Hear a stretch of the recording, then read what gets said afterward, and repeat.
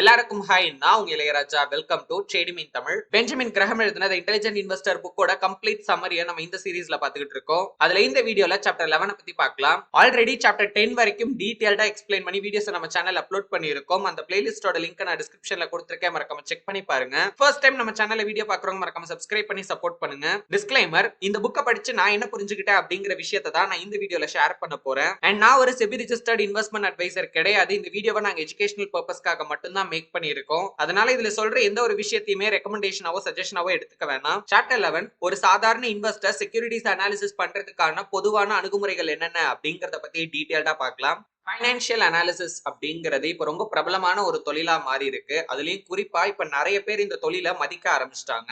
நிறைய மக்கள் அவங்களோட வாழ்க்கையை வாழ்றதுக்காக, அதாவது இப்போ எல்லாருக்குமே பாத்தீங்கன்னா ஒரு சோர்ஸ் ஆஃப் இன்கம் அப்படிங்கிறது ஒண்ணு தேவைப்படும். அதுக்கு நம்ம ஏதாவது ஒரு ஒர்க் பண்ணணும், ஓகேங்களா? சோ அதுக்காக கூட இந்த ஃபைனான்சியல் அனாலிசிஸ் அப்படிங்கிற இந்த ப்ரொஃபஷனை நிறைய பேர் சூஸ் பண்ண ஆரம்பிச்சிட்டாங்க. சோ பேசிக்கா இதுல அவங்க என்ன பண்ணுவாங்க அப்படின்னா, ஒரு செக்யூரிட்டியோட வேல்யூவை ஸ்டடி பண்ணி அதை அனலைஸ் பண்ணுவாங்க. சோ அதன் மூலமா அவங்க மணி ஏர்ன் பண்ணுவாங்க. சோ இந்த தொழில பண்றதுக்கு ஒரு பக்கம் நிறைய இண்டிவிஜுவல்ஸே இருந்தாங்க. இன்னொரு பக்கம் பாத்தீங்கன்னா பெரிய பெரிய கம்பெனிஸ் இந்த மாதிரியான ஃபைனான்சியல் அனாலிசிஸ்ட ஹையர் பண்ணி இதை ஒரு பிசினஸாவே பாத்தீங்கன்னா பண்ணிட்டு இருந்தாங்க. அவங்க ஒவ்வொருத்தருக்குமே அவங்களோட ஓன் ரூல்ஸ் அண்ட் ரெகுலேஷன் அப்படிங்கிறது பாத்தீங்கன்னா இருந்தது. இருந்தாலும் இந்த ஃபீல்டுல இன்னுமே தீர்க்கப்படாத ஒரு பெரிய பிரச்சனை இருக்கு அப்படின்னு ஆர்த்தர் சொல்றாரு. ஃபர்ஸ்ட், நிறைய பேர் இந்த financial analysis and security analysis பாத்தீங்கன்னா கன்ஃபியூஸ் பண்ணிக்கிறாங்க.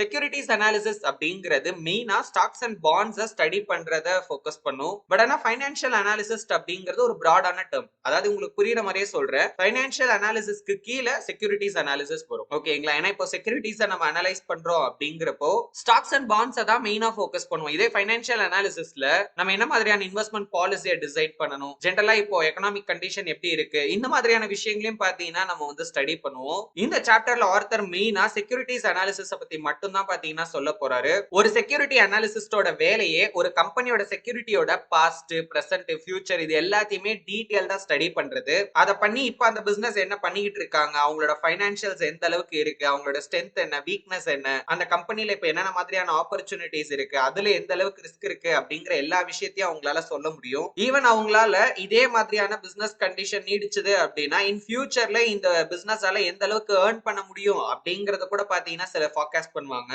அதே மாதிரி இந்த கம்பெனியை அதே ஃபீல்டுல இருக்கிற இன்னொரு கம்பெனியோட கம்பேர் பண்ணி ஒரு கம்பேரிசன் மாதிரி ரெண்டு பேரோட growth இப்போ எந்த அளவுக்கு இருக்கு, எந்த கம்பெனி ஃபாஸ்டா grow ஆகுறாங்க, எந்த அளவுக்கு அவங்களோட பெர்ஃபார்மன்ஸ் இருக்கு அப்படிங்கறதையும் அவங்க சொல்லுவாங்க. இதெல்லாம் பண்ணி முடிச்சு கடைசியா அவங்க இப்போ ஒரு பாண்ட் அப்படின்னு எடுத்துக்கிட்டோம் அப்படின்னா அந்த பாண்ட்ல இப்ப இன்வெஸ்ட் பண்றது சேஃபா இல்லையா அப்படிங்கிற அவங்களோட ஒப்பீனியனை சொல்லுவாங்க.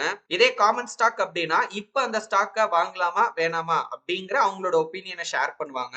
இந்த ஒப்பீனியன் அவங்களோட விருப்பத்துக்கு ஏத்த மாதிரி இருக்காது. சோ அதுக்கு பின்னாடி இதுக்கு முன்னாடி நம்ம பார்த்த எல்லா விஷயத்தையும் அவங்க டீடைல்டா அனாலிசிஸ் பண்ணிட்டு அதுக்கப்புறம் தான் பாத்தீங்கன்னா ஒரு ஃபைனல் டிசிஷன் எடுப்பாங்க. அந்த டிசிஷன் தான் நமக்கு ஒப்பீனியனா பாத்தீங்கன்னா சொல்லுவாங்க.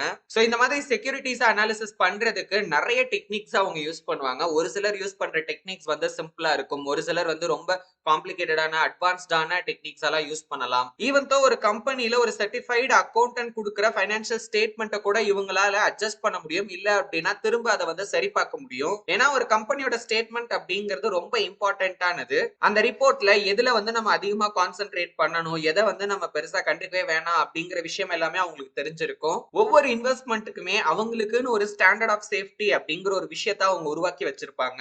இப்ப நம்ம பாண்ட்ஸை எடுத்துக்கிட்டோம் அப்படின்னா பாஸ்டோட ஆவரேஜ் ஏர்னிங்ஸ் தான் அதோட மெயின் ஸ்டாண்டர்டே. அதை பேஸ் பண்ணி இப்போ இதுல இன்வெஸ்ட் பண்றது ஓகேவா இல்லையா அப்படிங்கறதெல்லாம் அவங்க டிசைட் பண்ணுவாங்க. இது இல்லாம இன்னும் சில ஃபேக்டர்ஸையும் அவங்க ஸ்டடி பண்ணுவாங்க. இப்ப காமன் ஸ்டாக்கை எடுத்துக்கிட்டோம் அப்படின்னா முன்னெல்லாம் ஒரு கிளியர் ஸ்டாண்டர்ட் அப்படின்னு ஒண்ணு பாத்தீங்கன்னா இல்லவே இல்லை. அதாவது நம்ம எதை மெயினா பார்க்கணும் அப்படின்ட்டுலாம் பாத்தீங்கன்னா ஒரு கிளியரா இதுதான் அப்படின்னு சொல்லிட முடியாது. சிம்பிளா என்ன பண்ணுவாங்க அப்படின்னா அதோட பாஸ்டோட பெர்ஃபார்மன்ஸ், அதாவது பாஸ்ட்ல அந்த பிரைஸ் எப்படி எல்லாம் சேஞ்ச் ஆகிருக்கு அப்படிங்கறத மெயினா பார்ப்பாங்க. ஆனா அதை பேஸ் பண்ணி ஒரு ஷார்ட் டேர்ம் ஃபார்காஸ்டா அவங்க பண்ணுவாங்க. அதிகபட்சமா அடுத்த ஒரு வருஷத்துக்குள்ள இது எந்த அளவுக்கு மூவ் ஆக பாசிபிலிட்டிஸ் இருக்கு அது வரைக்கும் தான் சொல்லுவாங்க. லாங் டேர்ம்ல அதோட பெர்ஃபார்மன்ஸை ஜட்ஜ் பண்ணவே முடியாது. சோ இந்த மாதிரி மார்க்கெட் அனலைஸ் பண்ணிட்டு அவங்க கொடுக்குற ஒப்பீனியன் அப்படிங்கிறது மோஸ்ட்லி இந்த மார்க்கெட்ல சேஞ்ச் ஆகிற பிரைஸ்னால இன்ஃப்ளூயன்ஸ் ஆகியிருக்கும். இதனால மோஸ்ட் ஆஃப் த டைம் அவங்களோட ஒப்பீனியன் வந்து தப்பா போறதுக்கான வாய்ப்பும் இருக்கு. ரீசன்ட் டைம்ல அனாலிசிஸ் மோஸ்ட்லி பாத்தீங்கன்னா growth ஸ்டாக்ஸ்ல தான் வந்து கவனம் கொடுத்துக்கிட்டு இருந்தாங்க. அதுலயும் குறிப்பா அந்த கம்பெனியோட பாஸ்ட் அண்ட் பிரசன்ட் ஏர்னிங்ஸை விட ரொம்ப அதிகமான பிரைஸ்ல இப்போ ட்ரேட் ஆகிட்டு இருக்க கம்பெனிஸ் அவங்க பார்த்துட்டு இருந்தாங்க. அவங்களுக்கே நல்லா தெரியும் இந்த கம்பெனியோட ஷேர் வேல்யூ எல்லாம் இப்போ ரொம்ப ரொம்ப ஒரு ஹை பிரைஸ்ல இருக்கு அப்படின்னு.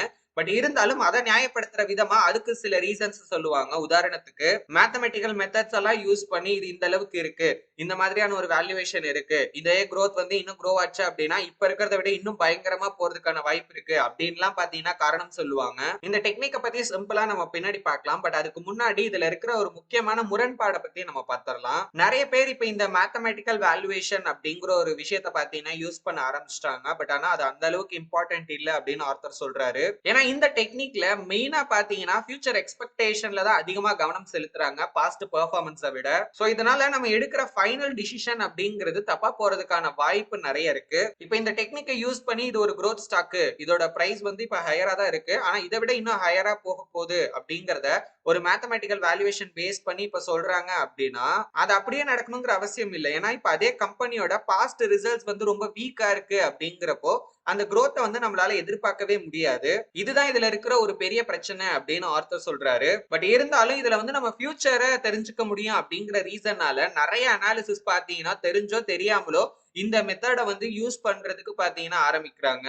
ஆனா எதுக்காக இந்த மெத்தட் அவங்க யூஸ் பண்ண ஆரம்பிச்சாங்களோ அதை அவங்களால கடைசி வரைக்கும் பாத்தீங்கன்னா அச்சீவ் பண்ணவே முடியல. இப்ப அகைன் ஆர்த்தர் ஆக்சுவலி செக்யூரிட்டிஸ் அனாலிசிஸ்னா என்ன அப்படிங்கறத ஒரு சாதாரண இன்வெஸ்டருக்கும் புரியுற மாதிரி பாத்தீங்கன்னா எக்ஸ்பிளைன் பண்ண போறாரு. ரொம்ப சிம்பிளா ஒரு அனாலிசிஸ்னா யாரு, அவங்க என்ன பண்றாங்க, எதை கண்டுபிடிக்க ட்ரை பண்றாங்க அப்படிங்கறத தெரிஞ்சுக்கிட்டாலே போதும். சோ செக்யூரிட்டிஸ் அனாலிசிஸ் அப்படிங்கிறது ஒரு கம்பெனியோட ஆனுவல் ஃபைனான்சியல் ரிப்போர்ட்டை அண்டர்ஸ்டாண்ட் பண்றதுல இருந்து ஸ்டார்ட் ஆகுது. அதை எப்படி பண்ணணும் அப்படிங்கறத டீடைல்டா எக்ஸ்பிளைன் பண்ணி ஆர்த்தர் செப்பரேட்டாவே ஒரு புக் எழுதி இருக்காரு. அந்த புக்கோட பேரு the interpretation of financial statement. So ஏற்கனவே அதுல அந்த விஷயத்தெல்லாம் ஷேர் பண்ணதுனால அகைன் அதே இதை இந்த இடத்துலயும் அவர் ரிப்பீட் பண்ண விரும்பல. பட் இருந்தாலும் அதுல இருக்கிற ரொம்ப ரொம்ப இம்பார்ட்டன்டான பிரின்சிபல்ஸை மட்டும் ஆர்த்தர் கொண்டு வராரு. நம்மளோட இன்வெஸ்ட்மெண்ட்டை நம்ம தேர்வு செய்யறப்ப வர ரெண்டு முக்கியமான கேள்விகள். நம்பர் 1, ஒரு கார்ப்பரேட் பாண்ட் இல்ல பிரிஃபர்ட் ஸ்டாக் வந்து சேஃபா தான் இருக்கு அப்படிங்கறத மெயினா எதை வச்சு நம்ம டெஸ்ட் பண்றது. ரெண்டாவது, ஒரு காமன் ஸ்டாக்கோட வேல்யூவை நிர்ணயிக்கிற முக்கியமான ஃபேக்டர் என்ன. இது எல்லாத்தையும் பத்தி நம்ம டீடைல்டா அடுத்தடுத்து பார்க்கலாம். பாண்ட் அனாலிசிஸ் இந்த செக்யூரிட்டிஸ் அனாலிசிஸ்ல இருக்கிற ரொம்ப நம்பகமான ரொம்ப மதிக்கத்தக்க ஒரு பார்ட் அப்படினே சொல்லலாம் இந்த பாண்ட் அனாலிசிஸ். இதுல நம்ம பாண்ட் அண்ட் பிரிஃபர்ட் ஸ்டாக்ஸோட சேஃப்டி அண்ட் குவாலிட்டியை நம்ம செக் பண்ணுவோம். இப்போ ஒரு கார்ப்பரேட் பாண்ட் இருக்காங்க அப்படின்னா அதுல கவரேஜ் டெஸ்ட் அப்படின்னு ஒன்னு பண்ணுவாங்க. இதுக்கு என்ன அர்த்தம் அப்படின்னு கேட்டீங்கன்னா அந்த கம்பெனி பல வருஷத்துக்கு எவ்வளவு வந்து அவங்க இன்ட்ரெஸ்ட் பே பண்ணணும் அப்படிங்கிற அந்த அமௌண்ட்டையும் அந்த கம்பெனியோட ஏர்னிங்ஸையும் பாத்தீங்கன்னா கம்பேர் பண்ணுவாங்க. அப்படி கம்பேர் பண்ணி வர அந்த ரேஷியோவை தான் கவரேஜ் ரேஷியோ அப்படின்னு சொல்லுவாங்க. இதே பிரிஃபர்ட் ஸ்டாக்ஸ்க்கு அந்த ஏர்னிங்ஸோட அந்த பாண்டோட இன்ட்ரெஸ்டோட சேர்த்து பிரிஃபர்ட் டிவிடெண்டையும் சேர்த்து வந்து பாத்தீங்கன்னா வந்து இந்த கவரேஜ் டெஸ்ட் பண்ணுவாங்க. இதுதான் ஒரே வழியா அப்படின்னு கேட்டீங்கன்னா கண்டிப்பா கிடையாது. ஒவ்வொரு எக்ஸ்பர்ட்டும் பாத்தீங்கன்னா ஒவ்வொரு விதமான மெத்தட்ஸை யூஸ் பண்ணுவாங்க. ஏன் அப்படின்னு கேட்டீங்கன்னா ஒரு சிங்கிள் எக்ஸாக்ட் கிளியர் ரூல் அப்படின்னு ஒன்னு கிடையவே கிடையாது பாண்ட் அனாலிசிஸ் பண்றதுக்கு. இந்த டெஸ்ட் அப்படிங்கிறது பியூரா சயின்டிபிக் பேசிஸ்ல மட்டும் இருக்காது. அதுல ஒரு பார்ட் ஜட்ஜ்மெண்ட் பேஸ்டாவும் இருக்கும். ஏற்கனவே ஆர்த்தர் வந்து செக்யூரிட்டிஸ் அனாலிசிஸ் அப்படிங்கிற ஒரு புக்கை எழுதியிருக்காரு. சோ அதோட 1961 வந்த எடிஷன்ல இந்த கவரேஜ் ஸ்டாண்டர்ட்ஸ் பத்தி நிறைய விஷயங்கள் வந்து அதுல ஷேர் பண்ணி இருப்பாரு. ஆர்த்தர் இதுல மெயினா ஆவரேஜ் ரிசல்ட்ஸ்ல தான் ஃபோக்கஸ் பண்ணிருப்பாரு. யூசுவலா பாத்தீங்கன்னா ஒரு 7 வருஷத்தோட டேட்டாவை அவர் ஸ்டடி பண்ணிருப்பாரு. சில எக்ஸ்பர்ட்ஸ்க்கு இந்த மினிமம் கவரேஜ் அப்படிங்கிறதுக்கு ஒரு லிமிட் வச்சிருப்பாங்க. அந்த லிமிட்டாவது இருந்துச்சு அப்படின்னா தான் பாத்தீங்கன்னா அதுல இன்வெஸ்ட் பண்றதை பத்தி அவங்க கன்சிடரே பண்ணுவாங்க. Next author poorest year test அப்படின்னு ஒரு விஷயத்தை இன்ட்ரோடியூஸ் பண்றாரு. சோ இதுக்கு என்ன அர்த்தம் அப்படின்னா இப்போ ஒரு கம்பெனி வந்து ரொம்ப டஃப் சிச்சுவேஷன்ல இருக்காங்க, அவங்களோட ஏர்னிங்ஸ் வந்து ரொம்ப ரொம்ப கம்மியா இருக்கு. சோ அந்த மாதிரி டைம்லயும் அவங்க வந்து எந்த அளவுக்கு அந்த இன்ட்ரெஸ்ட பே பண்றாங்க அப்படிங்கறத செக் பண்றதா இந்த புவரஸ்ட் இயர் டெஸ்ட் அப்படிங்கிறது. ஆர்த்தரை பொறுத்த வரைக்கும் இது ரெண்டுமே பாத்தீங்கன்னா நல்ல வழி அப்படின்னு தான் சொல்றாரு. சோ இந்த ரெண்டு டெஸ்ட்ல ஏதாவது ஒன்னு பாஸ் பண்ணிருச்சு அப்படின்னாலே அந்த பாண்டை வந்து நம்ம சேஃப் அப்படின்னு கன்சிடர் பண்ணிக்கலாம். இப்ப பாண்டோட இன்ட்ரெஸ்ட் ரேட் அதிகமாகிறப்ப யூசுவலாவே பாத்தீங்கன்னா இந்த கவரேஜ் ஸ்டாண்டர்ட் வந்து கம்மியாகும். ஏன் அப்படின்னு கேட்டீங்கன்னா அவங்களோட ஏர்னிங்ஸோட பெரிய பங்கு அவங்க வந்து இன்ட்ரெஸ்டா பே பண்ற மாதிரி இருக்கும். சோ அந்த மாதிரி டைம்ல ஒரு கம்பெனியால இந்த கவரேஜ் ரேஷியோ ரேஷியோவை பாத்தீங்கன்னா கரெக்டா மேனேஜ் பண்ண முடியாது, அது ரொம்பவே கஷ்டமாயிடும். இதனாலதான் ஆர்த்தர் வந்து இன்னொரு ஆல்டர்னேட்டிவ் டெஸ்ட் பத்தி சொல்றாரு. சோ இதுல நம்ம என்ன பண்ணுவோம் அப்படின்னா அந்த கம்பெனியோட டோட்டல் டெப்ட் அமௌண்ட் இருக்கும் இல்லீங்களா, கடன் மத்த இதெல்லாம் இருக்கும் இல்லீங்களா, சோ அந்த அமௌண்டோட அவங்களோட ஏர்னிங்ஸோட பெர்சன்டேஜ கண்டுபிடிப்பாங்க. அதாவது இப்போ ஒரு கம்பெனி இருக்காங்க, அந்த கம்பெனியோட லோன் அமௌண்ட் இருக்கும் இல்லீங்களா, கடன் வாங்கியிருப்பாங்க இல்லீங்களா, அதோட எவ்வளவு பெர்சன்டேஜா அவங்க ஏர்னிங்ஸ்ல எடுக்கிறாங்க அப்படிங்கறத பாப்பாங்க. இதுல முக்கியமான விஷயம் நம்ம ஞாபகம் வச்சுக்க வேண்டியது என்ன அப்படின்னா, மோஸ்ட் ஆஃப் த கம்பெனிஸ் அவங்களோட டெப்ட் அமௌண்ட் கம்பேர் பண்ணும்போது 8%க்கும் கம்மியான அமௌண்ட்டை தான் அவங்க வந்து பே பண்றாங்க அப்படின்னு சொல்றாரு. இதுக்கான காரணம் என்ன அப்படின்னா, ஏற்கனவே அவங்க வந்து ஒரு லோ இன்ட்ரெஸ்ட் ரேட்ல நிறைய பாண்ட்ஸை வந்து பாத்தீங்கன்னா ஆஃபர் பண்ணியிருப்பாங்க. அதுக்கெல்லாம் இப்போவும் அவங்க வந்து இன்ட்ரெஸ்ட் ரேட் அப்படிங்கறத பே பண்ணிட்டு இருப்பாங்க. ஏர்னிங்ஸ் கவரேஜ் டெஸ்ட் இல்லாம ஒரு பாண்ட் இல்ல பிரெஃபர்ட் ஸ்டாக்கோட சேஃப்டியை ஜட்ஜ் பண்றதுக்கு வேற சில டெஸ்டும் இருக்கு. அதை பத்தியும் ஆர்த்தர் சொல்லியிருக்காரு. நம்பர் 1, அந்த பிசினஸோட சைஸ் என்ன அப்படிங்கறத நம்ம பார்க்கணும். ஒவ்வொரு பிசினஸுக்குமே ஒரு குறிப்பிட்ட சைஸ் அப்படிங்கிற ஒன்னு இருக்கும். சோ அந்த அளவுக்காக இருந்துச்சு அப்படின்னா தான் அந்த பாண்டை அதாவது அந்த கம்பெனி ப்ரொவைட் பண்ற பாண்டை வந்து நம்ம சேஃபா இருக்கு அப்படின்னு கன்சிடர் பண்ணிக்கலாம். இதே இப்ப முனிசிபல் பாண்ட்ஸ் இருக்கு அப்படின்னா அவங்க கம்பெனி கிடையாது. சோ அதுக்கு பதிலா என்ன பண்ணுவாங்கன்னா அந்த முனிசிபாலிட்டி இருக்கும் இல்லீங்களா, அந்த ஏரியாவோட பாப்புலேஷன் சைஸ் எந்த அளவுக்கு இருக்கு அப்படிங்கறத அவங்க வந்து மெஷர் பண்ணுவாங்க. ரெண்டாவது ஸ்டாக் ஈக்விட்டி ரேஷியோ. ஒரு ஸ்டாக்கோட மொத்த மார்க்கெட் வேல்யூ ஒரு பக்கம், இன்னொரு பக்கம் அவங்களோட டோட்டல் டெப்ட். சோ இதோட ரேஷியோவை தான் ஸ்டாக் ஈக்விட்டி ரேஷியோ அப்படின்னு ஆர்த்தர் சொல்றாரு.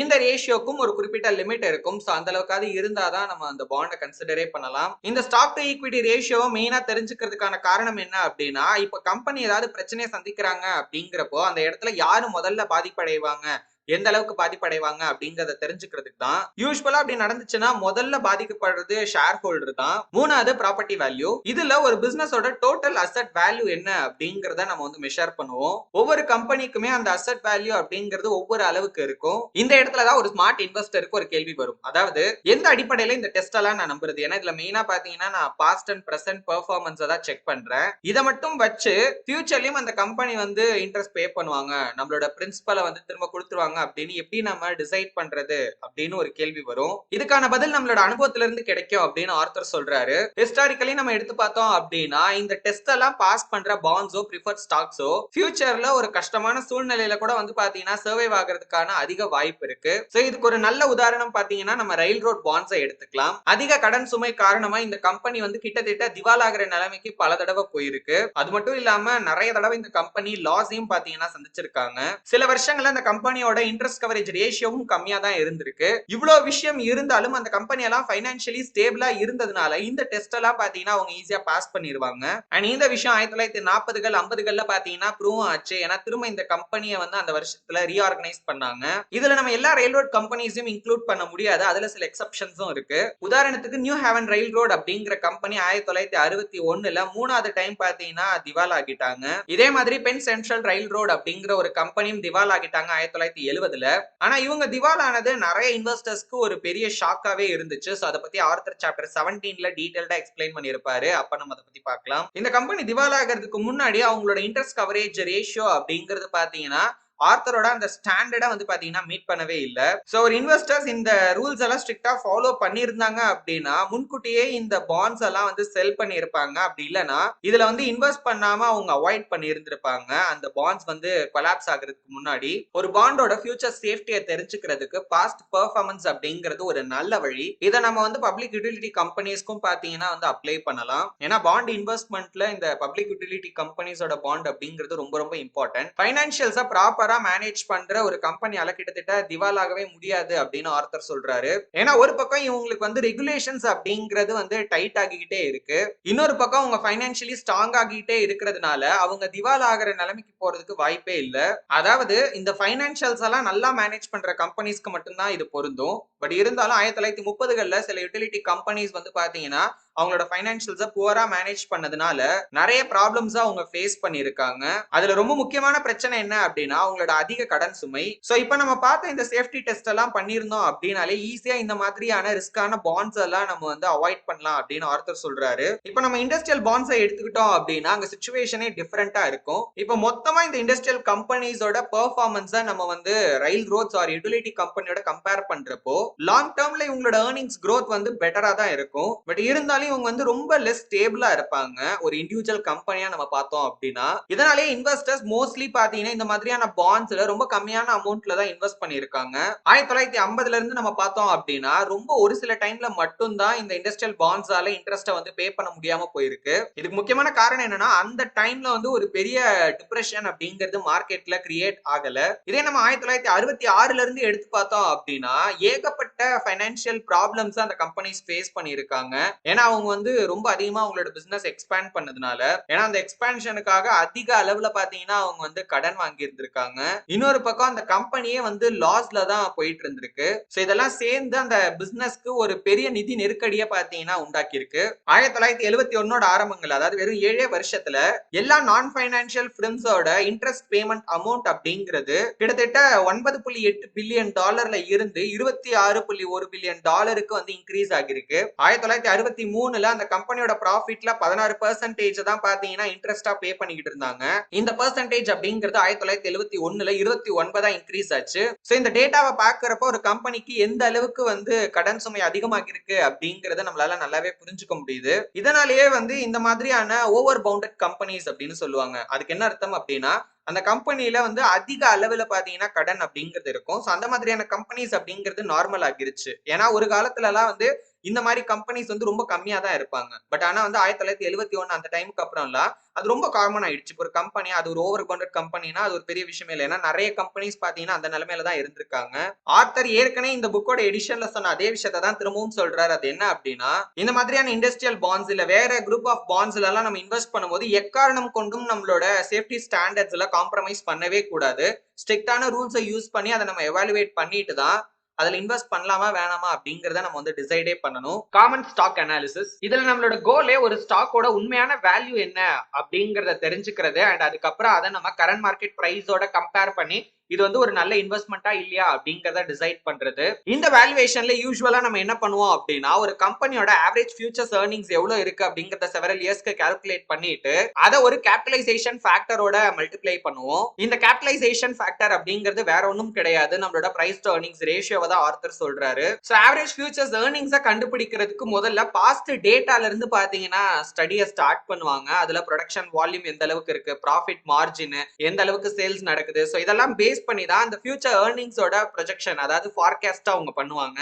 சோ முதல்ல இந்த எஸ்டிமேஷன் அப்படிங்கிறது ஓவரால் எக்கனாமிக் ஃபேக்டரை பேஸ் பண்ணி பண்ணிட்டு அதுக்கப்புறம் ஒரு இண்டஸ்ட்ரி அதுக்கப்புறம் ஒரு ஸ்பெசிபிக் கம்பெனி அப்படின்னு பாத்தீங்கன்னா ஒரு டாப் டவுன் அனாலிசிஸ் மாதிரி பாத்தீங்கன்னா அவங்க பண்ணுவாங்க.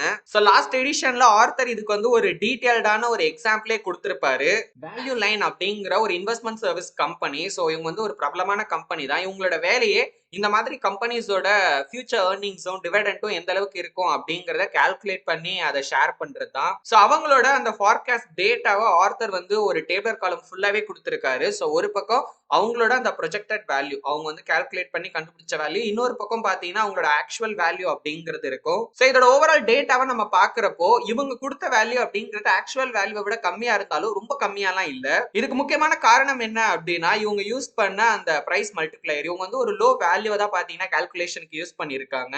இருந்தாலும் நிறைய கம்பெனிஸ் இந்த ஃபார்காஸ்டா தப்பா தான் பண்றாங்க. சோ இதனாலேயே ஆட்டோமேட்டிக்கா என்ன பண்றாங்கன்னா ஒரு அனாலிசிஸ் ஒரு 3ல இருந்து 4 கம்பெனில இருந்து டேட்டாவை வாங்கி எது வந்து கரெக்டா இருக்கு, எது பெஸ்டா இருக்கு, எது வந்து நமக்கு புரியுது, சோ அதை பேஸ் பண்ணி நம்ம இன்வெஸ்ட் பண்ணலாம் அப்படின்னு வந்து டிசைட் பண்றாங்க. பட் ரியாலிட்டி என்ன அப்படின்னா அந்த 4 கம்பெனில ஒரு கம்பெனியை சூஸ் பண்ணாலும் அவங்க சூஸ் பண்ற கம்பெனி அக்யூரேட்டா இருக்கும் அப்படின்னு சொல்லிட முடியாது. இதனாலேயே இந்த இன்வெஸ்ட்மெண்ட் ஃபண்ட் இல்ல வைட் டைவர்சிபிகேஷன் அப்படிங்கிற ஒரு பிரின்சிபலை ஃபாலோ பண்றாங்க. சோ இதுக்கு என்ன அர்த்தம் அப்படின்னா அதிக ரிட்டர்ன்ஸ் கொடுக்கிற மாதிரியான நல்ல நல்ல ஸ்டாக்ஸ்ல ஃபோக்கஸ்டா இன்வெஸ்ட் பண்றதுக்கு பதிலா அந்த இன்வெஸ்ட்மெண்ட் அமௌண்ட்டை டிஃபரண்ட் ஸ்டாக்ஸ்ல டைவர்சிஃபை பண்ணி பாத்தீங்கன்னா அவங்க இன்வெஸ்ட் பண்றாங்க. ஏன்னா டைவர்சிபிகேஷன் தான் பிராக்டிகலான சேஃபான ஒரு வழி. பட் ஆனா மோஸ்ட் ஆஃப் த இன்வெஸ்டர்ஸ் வந்து அந்த பெர்ஃபெக்ட் செலக்டிவிட்டி அப்படிங்கிற கான்செப்டை தான் வந்து ஃபோக்கஸ் பண்ணுவாங்க. இதுக்கு என்ன அர்த்தம் அப்படின்னா அவங்களை பொறுத்த வரைக்கும் ஒரு ஒரு பெஸ்ட் ஸ்டாக் அதாவது வந்து ஒரு மல்டி பேக்கர் மாதிரி அந்த ஸ்டாக்ல இன்வெஸ்ட் பண்ணா அவங்களோட இன்வெஸ்ட்மெண்ட் வந்து பல மடங்கு க்ரோ ஆகுற மாதிரியான ஸ்டாக்ஸ்ல தேர்ந்தெடுத்து இன்வெஸ்ட் பண்ணணும் அப்படின்னு தான் நினைப்பாங்க. பட் பிராக்டிகலி அப்படி ஒருத்தரால வந்து எப்பவுமே பண்ணிக்கிட்டே இருக்க முடியாது. இதை நீங்க ரொம்ப சிம்பிளாவே புரிஞ்சுக்கலாம். நிறைய சக்சஸ்ஃபுல் இன்வெஸ்டர்ஸ் வந்து இருக்காங்க. நம்ம இந்தியாலேயே வந்து ஏகப்பட்ட இன்வெஸ்டர்ஸ் இருக்காங்க. அவங்களோட போர்ட்போலியோஸை செக் பண்ணி பாருங்க. இப்ப அந்த அளவுக்கு அவங்க வந்து ரிட்டர்ன்ஸ் மேக் பண்ணிருக்காங்க அப்படின்னா அவங்க இன்வெஸ்ட் பண்ண எல்லா கம்பெனியுமே வந்து பாத்தீங்கன்னா பயங்கரமாலாம் க்ரோ ஆகியிருக்காது. சில கம்பெனிஸ் வந்து அதுல போரா பெர்ஃபார்ம் பண்ணியிருக்கும். சில கம்பெனிஸ் வந்து அவங்க நினைச்சு பார்க்க முடியாத அளவுக்கு சூப்பரா பெர்ஃபார்ம் பண்ணியிருக்கும். சோ அதனுடைய ஓவரால் ரிட்டர்ன்ஸா தான் அவங்க அந்த அளவுக்கு பாத்தீங்கன்னா ரிட்டர்ன்ஸை ஜெனரேட் பண்ணியிருப்பாங்களே தவிர அவங்க இன்வெஸ்ட் பண்ண எல்லாமே வந்து ஒரு சூப்பர் ஸ்டார் மாதிரியான ஸ்டாக் அப்படிலாம் கிடையாது. கேபிட்டலைசேஷன் ரேட்டை பாதிக்கிற ஃபேக்டர்ஸ் என்னென்ன அப்படிங்கறத பத்தி ஒன் பை ஒன்னா பார்க்கலாம். என்னதான் ஒரு கம்பெனியோட வேல்யூவை டிசைட் பண்றதுக்கு ஆவரேஜ் ஃபியூச்சர்ஸ் earnings அப்படிங்கிறது ஒரு முக்கியமான ஃபேக்டராவே இருந்தாலும் செக்யூரிட்டிஸ் அனாலிசிஸ் இன்னும் சில ஃபேக்டர்ஸையும் பாத்தீங்கன்னா மெயினா ஃபோக்கஸ் பண்ணுவாங்க.